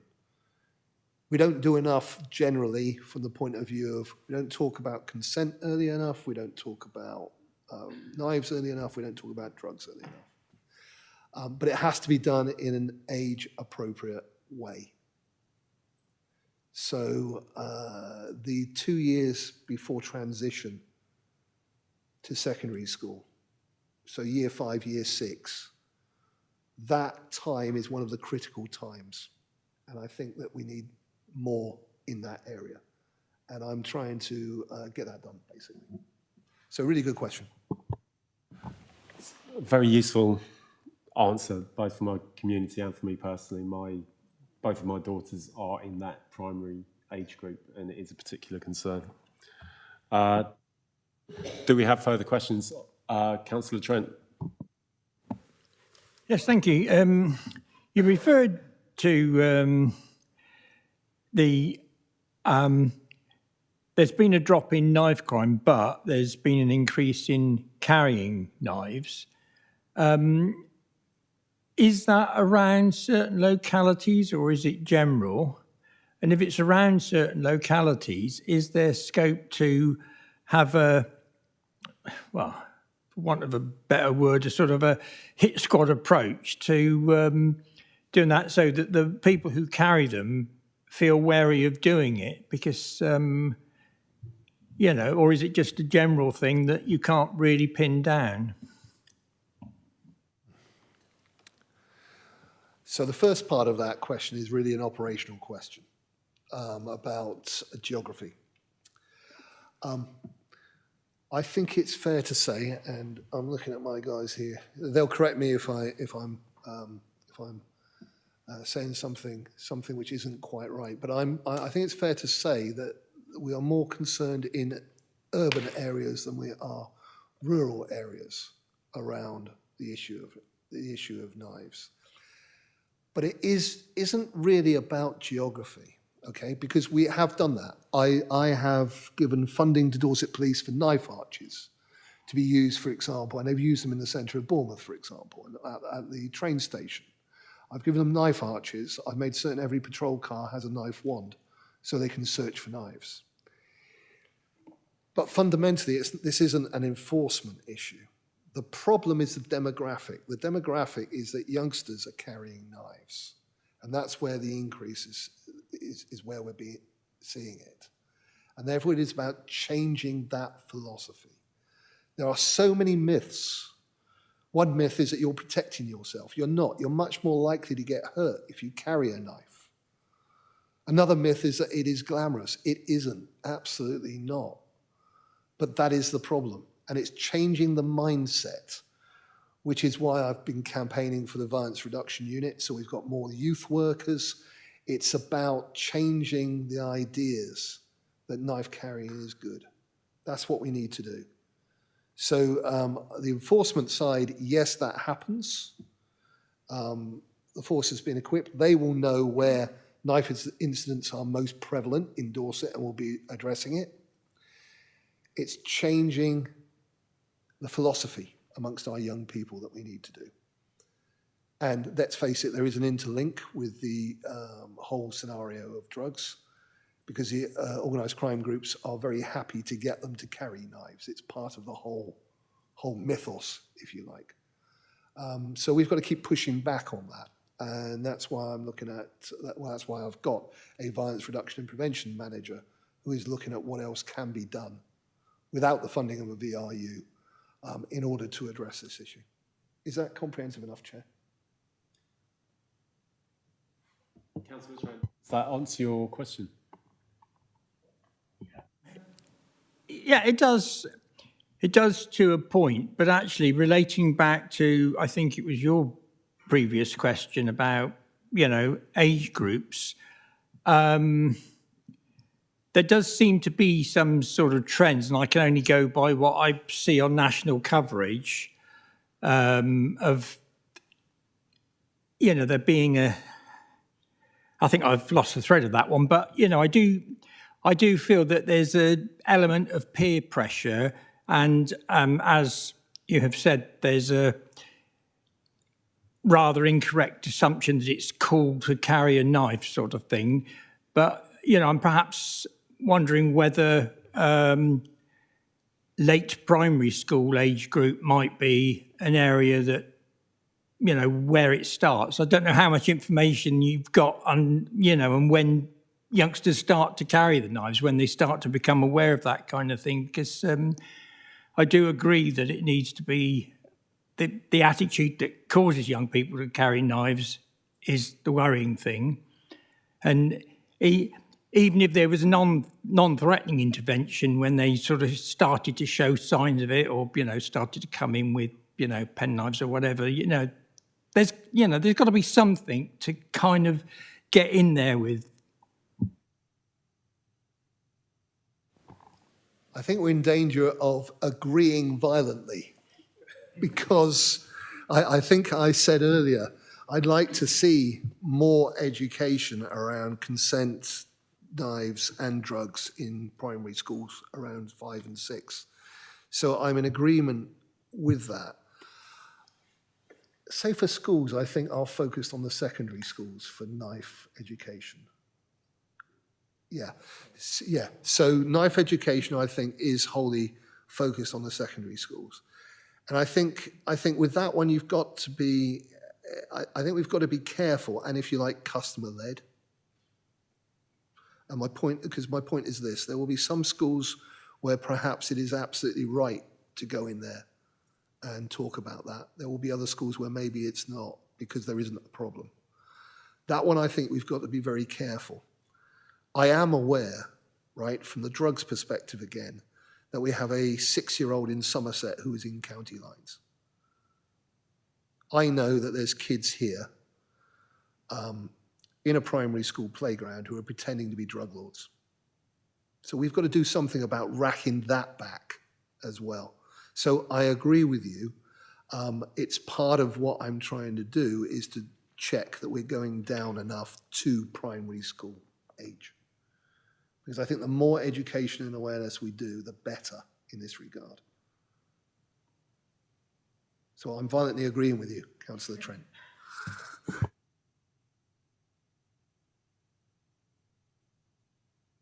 Thank you for the question, Councillor Trent. Our next focus is fight rural crime. Commissioner. Thank you.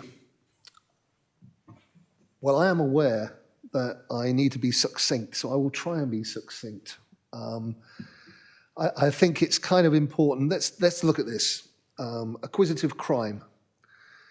We had a very good joint operation called Operation Honeybun, which there was a focus on van breaks and tool thefts in the rural environment in North Dorset.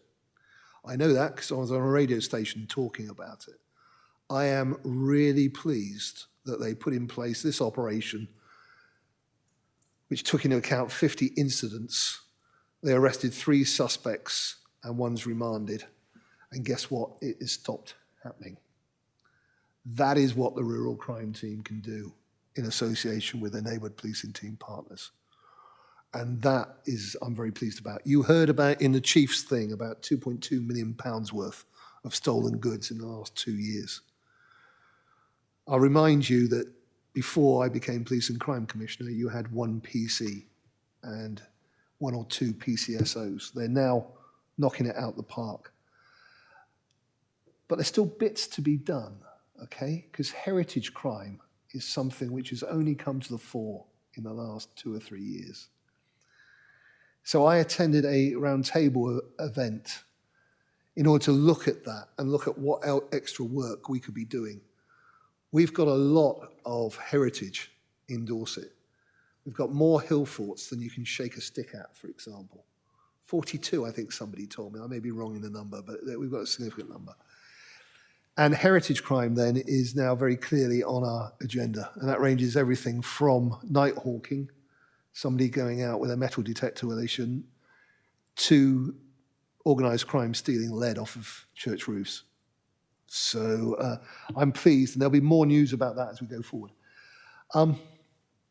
We've continued with our expansion of the Rural Crime Team with the Rural Mounted Volunteers. You may remember this is in effect a tasked neighbourhood watch. We continue to grow. We're at 16 riders now. I've just updated this. And we're going to get to 24.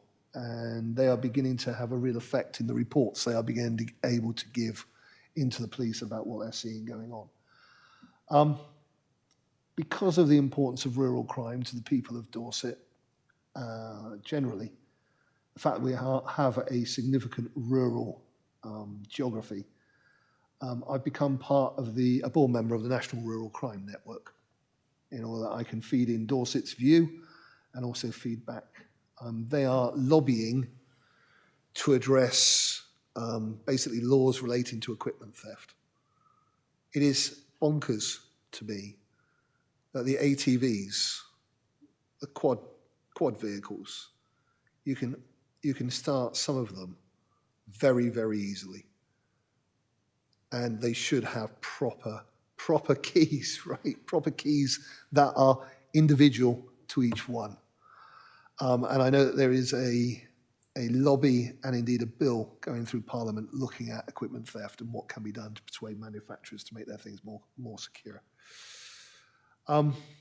Just to be aware, and I won't talk about this for length, but the Rural Crime Team also attended 2 instances of raptor deaths, because we're very clear that when that occurs, we want to understand it, and if there is a perpetrator, get to the bottom of it and bring them to book. I'll stop now. Thank you. Thank you, Commissioner. Councillor Starr, as priority lead, do you have any queries? Thank you, Chair. Actually, you pretty much answered the questions I was going to ask. I was going to ask you about Operation Honey Bun. Where do these names come from? There's a barrel being scraped somewhere, I believe. But yes, the other thing about that, of course, it's, as you said, it is a purely targeted at the rural places. So it's not an urban, it's not an extension of an urban project. That one was more broad because it was in North Dorset, so it was targeting the rural areas and the market towns. And so that is why the Rural Crime Team and the Neighbourhood Policing Team were involved in it. But vehicle theft and theft from vehicles is something which I'm very keen that we get as much of a grip as possible about. I understand the frustration. You're a workman, you go out and you find your flaming tools have been nicked from your van. Just awful. So when we do get a perpetrator like that and we can sort out a series like that, that is a win. That is a huge win. Thank you for that. Obviously, it's getting a lot of publicity on the television, etc. these days about theft from vans, but not necessarily in a rural setting.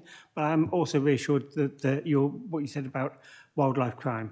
I think it's an appalling thing to most often when someone targets wildlife, they just put poison out, and it's dreadful what they're trying to do, but also means that they can be poisoning anything, dogs or any other wildlife that they're not actually bothered about. But I'm glad to hear that you be reassured that you're on it. Thank you.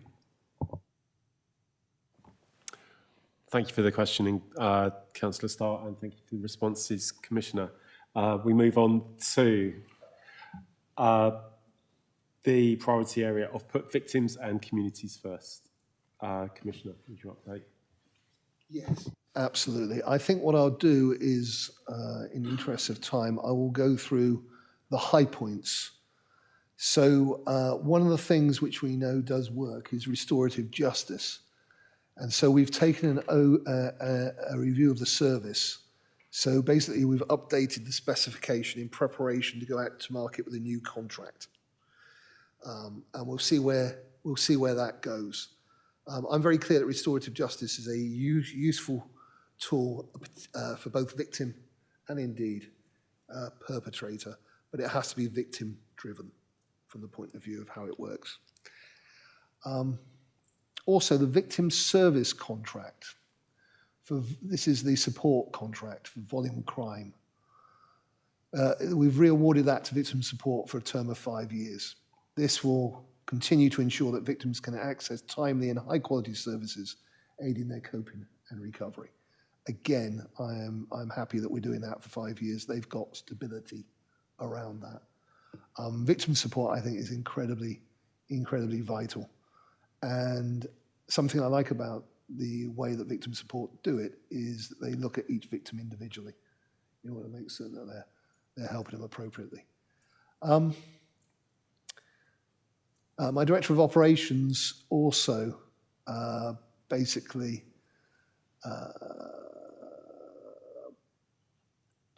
now provides an update to my UPT panel. Now, let me explain what this is about. So basically, he gives an update to the scrutiny panel about complaints. That's one part of what he does. But he takes what we've considered in the scrutiny panel and feeds it into the force to make certain that they act on it as required. So the independent scrutiny panel does a number of things. One thing is it looks at stop and search. It looks at use of force. It looks at complaints and how those are being addressed by the force, and also us as the appeal for complaints. And also it looks at public contact, and that's where I'll review the 999, the 101, and those aspects. So we have that on a quarterly basis with an independent board. And basically everything from that is fed into the force as required. And we also take a report from their independent advisory group on stop and search at that meeting as well. So it's creating a tighter join up between the two organisations. I approved Fix the Future funding for Life Education Wessex. This provides innovative and inspirational programs for school children. But it is for children who are at their most vulnerable. This is part of diverting them away from other things they may be doing, the antisocial behaviour, the county lines, etc. So I was very happy to have this targeted approach. And I promoted Hourglass during Safer Ageing Week in November. It's a nationwide charity dedicated to protecting older people from abuse and neglect. We could talk about the elderly and fraud and abuse and loneliness and the interconnectivity for some time. Sufficient to say I thought this was a good thing to make people aware of, and we'll carry on doing that. And with hate crime, I'm continually monitoring it, talking to communities, and I'm talking to the Community Action Network with looking at how to scope a future hate crime survey. We're aware that we have had, like the rest of the country, we've had an uptick of recorded hate crime. In part, that's to do with the Middle Eastern situation. But we'll continue to push on that, and I'm interested to get that survey underway with CAN to get under the bonnet, because I want to make certain that the reporting lines are as easy as possible. I think that's it. Thank you for that update, Commissioner. Yeah, the figures on recorded hate crime and incidents are significant, but like you say, it's against the backdrop of a global situation. I have no further questions on that particular area. Do we have questions from the panel? Okay. So our final priority area is making every penny count, which I would say we have done a fair bit of today. But if there's anything you feel we may have missed, Commissioner, now's your chance.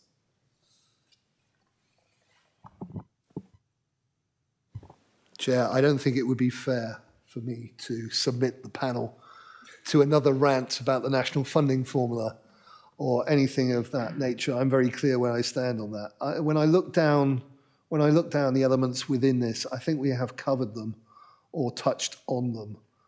I think probably the only thing two things I'll mention is the right care, right person continues to develop. We continue to move forward with that. And that's just to give you confidence that we're carrying on with it. And it's still on track the way that we anticipated it would be. And the other thing I think it's important just to mention is the Southwest Police collaboration. So the 5 forces sit down regularly, the 5 PCCs, the 5 chiefs, our chief executives, and we have financial support at those meetings. And what we're trying to do there is we're trying to build stronger regional collaboration where it works for us all, looking at whether there's places where we can go to get economies of scale, for example, with commissioning, things which make sense for us to have the same policy on something. That work continues, and I just wanted to make you aware of that. That was all. It's something we don't talk about very often. And I think that's it. Thank you.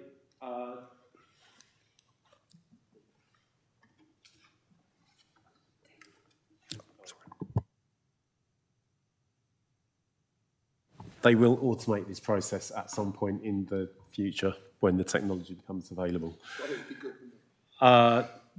Just on that note, and out of interest, how many forces are members of the Southwest Police Collaboration? 5. And which are they? Well, we've got Devon and Cornwall, we've got Avon and Somerset, we've got... Sorry, Chair, there's 5. They're the 5 who have collaborated on Operation Scorpion and Operation Ragwort. So it's Avon and Somerset, Devon and Cornwall, Wiltshire, Gloucester, and us, Dorset. And as you can see, the Operation Scorpion is incredibly innovative. We get a cooperation level, which is something the Home Office are really quite interested in. Nobody's done something like Operation Scorpion anywhere else. So we do collaborate well. We're looking to see how we can collaborate more, particularly with the funding issue, because Wiltshire, Gloucester are affected by the national funding formula as strongly almost as we are. And so are the other 2, but to a lesser extent. So this collaboration is something that we value and we keep strong. And obviously Operation Scorpion has paid dividends for us, and we're going to keep it going. Thank you. Thank you for the update, Commissioner. Do we have further questions on this area? Mr. Sergeant. More of an observation than a direct question, bearing in mind we've done budget this morning. But one thing coming to this possibly with fresh eyes on the quarterly reporting, the funding theme being reported as green, maybe an observation, could that be considered and broke out?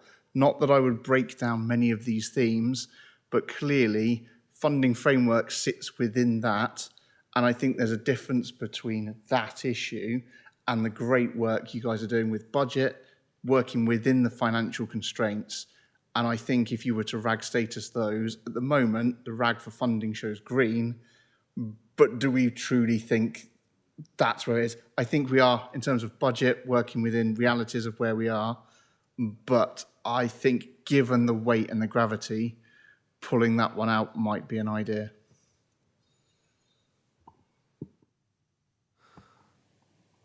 Okay, so we will go and talk about that.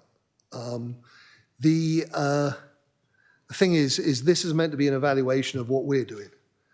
So you said it, we're doing everything we can with every lever we've got in order to address the funding situation.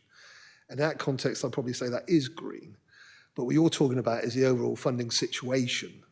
And that's captured separately through a risk assessment. through a risk assessment for the force.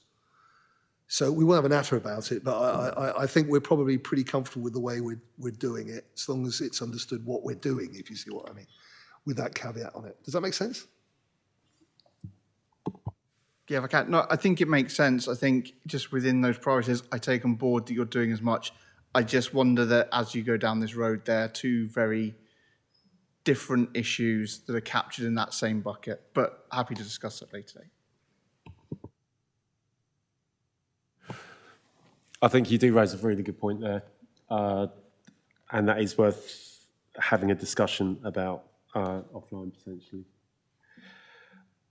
Okay, so do we have any further questions on the Make Every Penny Count priority? Okay, I think we have made every penny count today. So I will hand over to Mark for a complaints update. Thank you, Chair. A very brief one. There's currently no outstanding complaints at this time. Fantastic. That's good to hear. Item 9 is the work plan. I do have some comments on that. We were going to set aside some time after this meeting to go through the forward work plan and reallocate priority leads.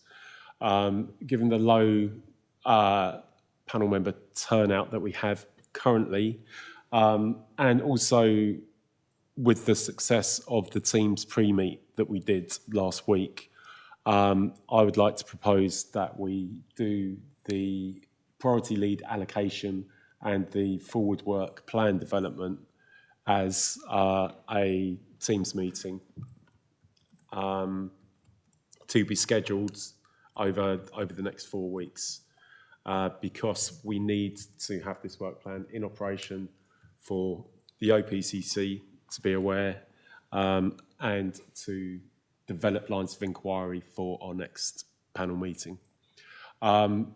Is there any general dissent on that proposal? Is that accepted? Okay, thank you. Anything to add?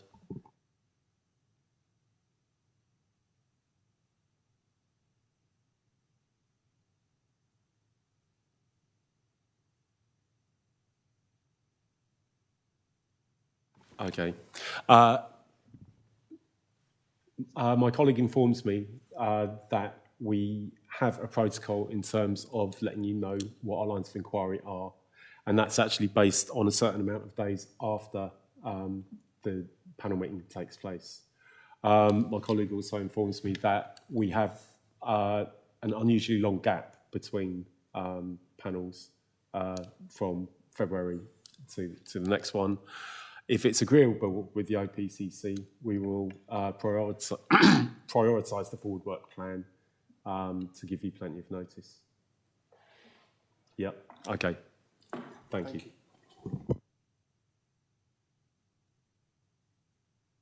Do we have any urgent items as per item 10? No urgent items. Do we have any exempt business? No exempt business. Then I would like to hand you to the PCC for a few words. I'm not going to keep you long, Chair, but I did wanted to do one thing, which is to say thank you. Thank you to you as a panel for the scrutiny that you apply to, particularly today, for what is an incredibly important decision and which affects every person in Dorset. And I also want to thank the people of Dorset, those who took the survey, those who basically said that they would agree and support what we're trying to do here. And I want to thank them for that precept, because it's the last thing I wanted to have to ask for. But having asked for it, I thank them for their support. And I'll give them the same commitment I gave you earlier. The police and crime plan will continue, and Dorset Police will continue to keep us safe. Thank you. Thank you for that, Commissioner. And on that upbeat note, I will call this Precept panel to a conclusion. And I would also like to offer my thanks for all the diligent hard work from everybody here present, the IPCC, the members, Democratic Services, and Dorset officers. I hope I haven't missed anybody. But I am extremely grateful, and I think we have engaged in good scrutiny and achieved the correct outcome for the people of Dorset today. Thank you.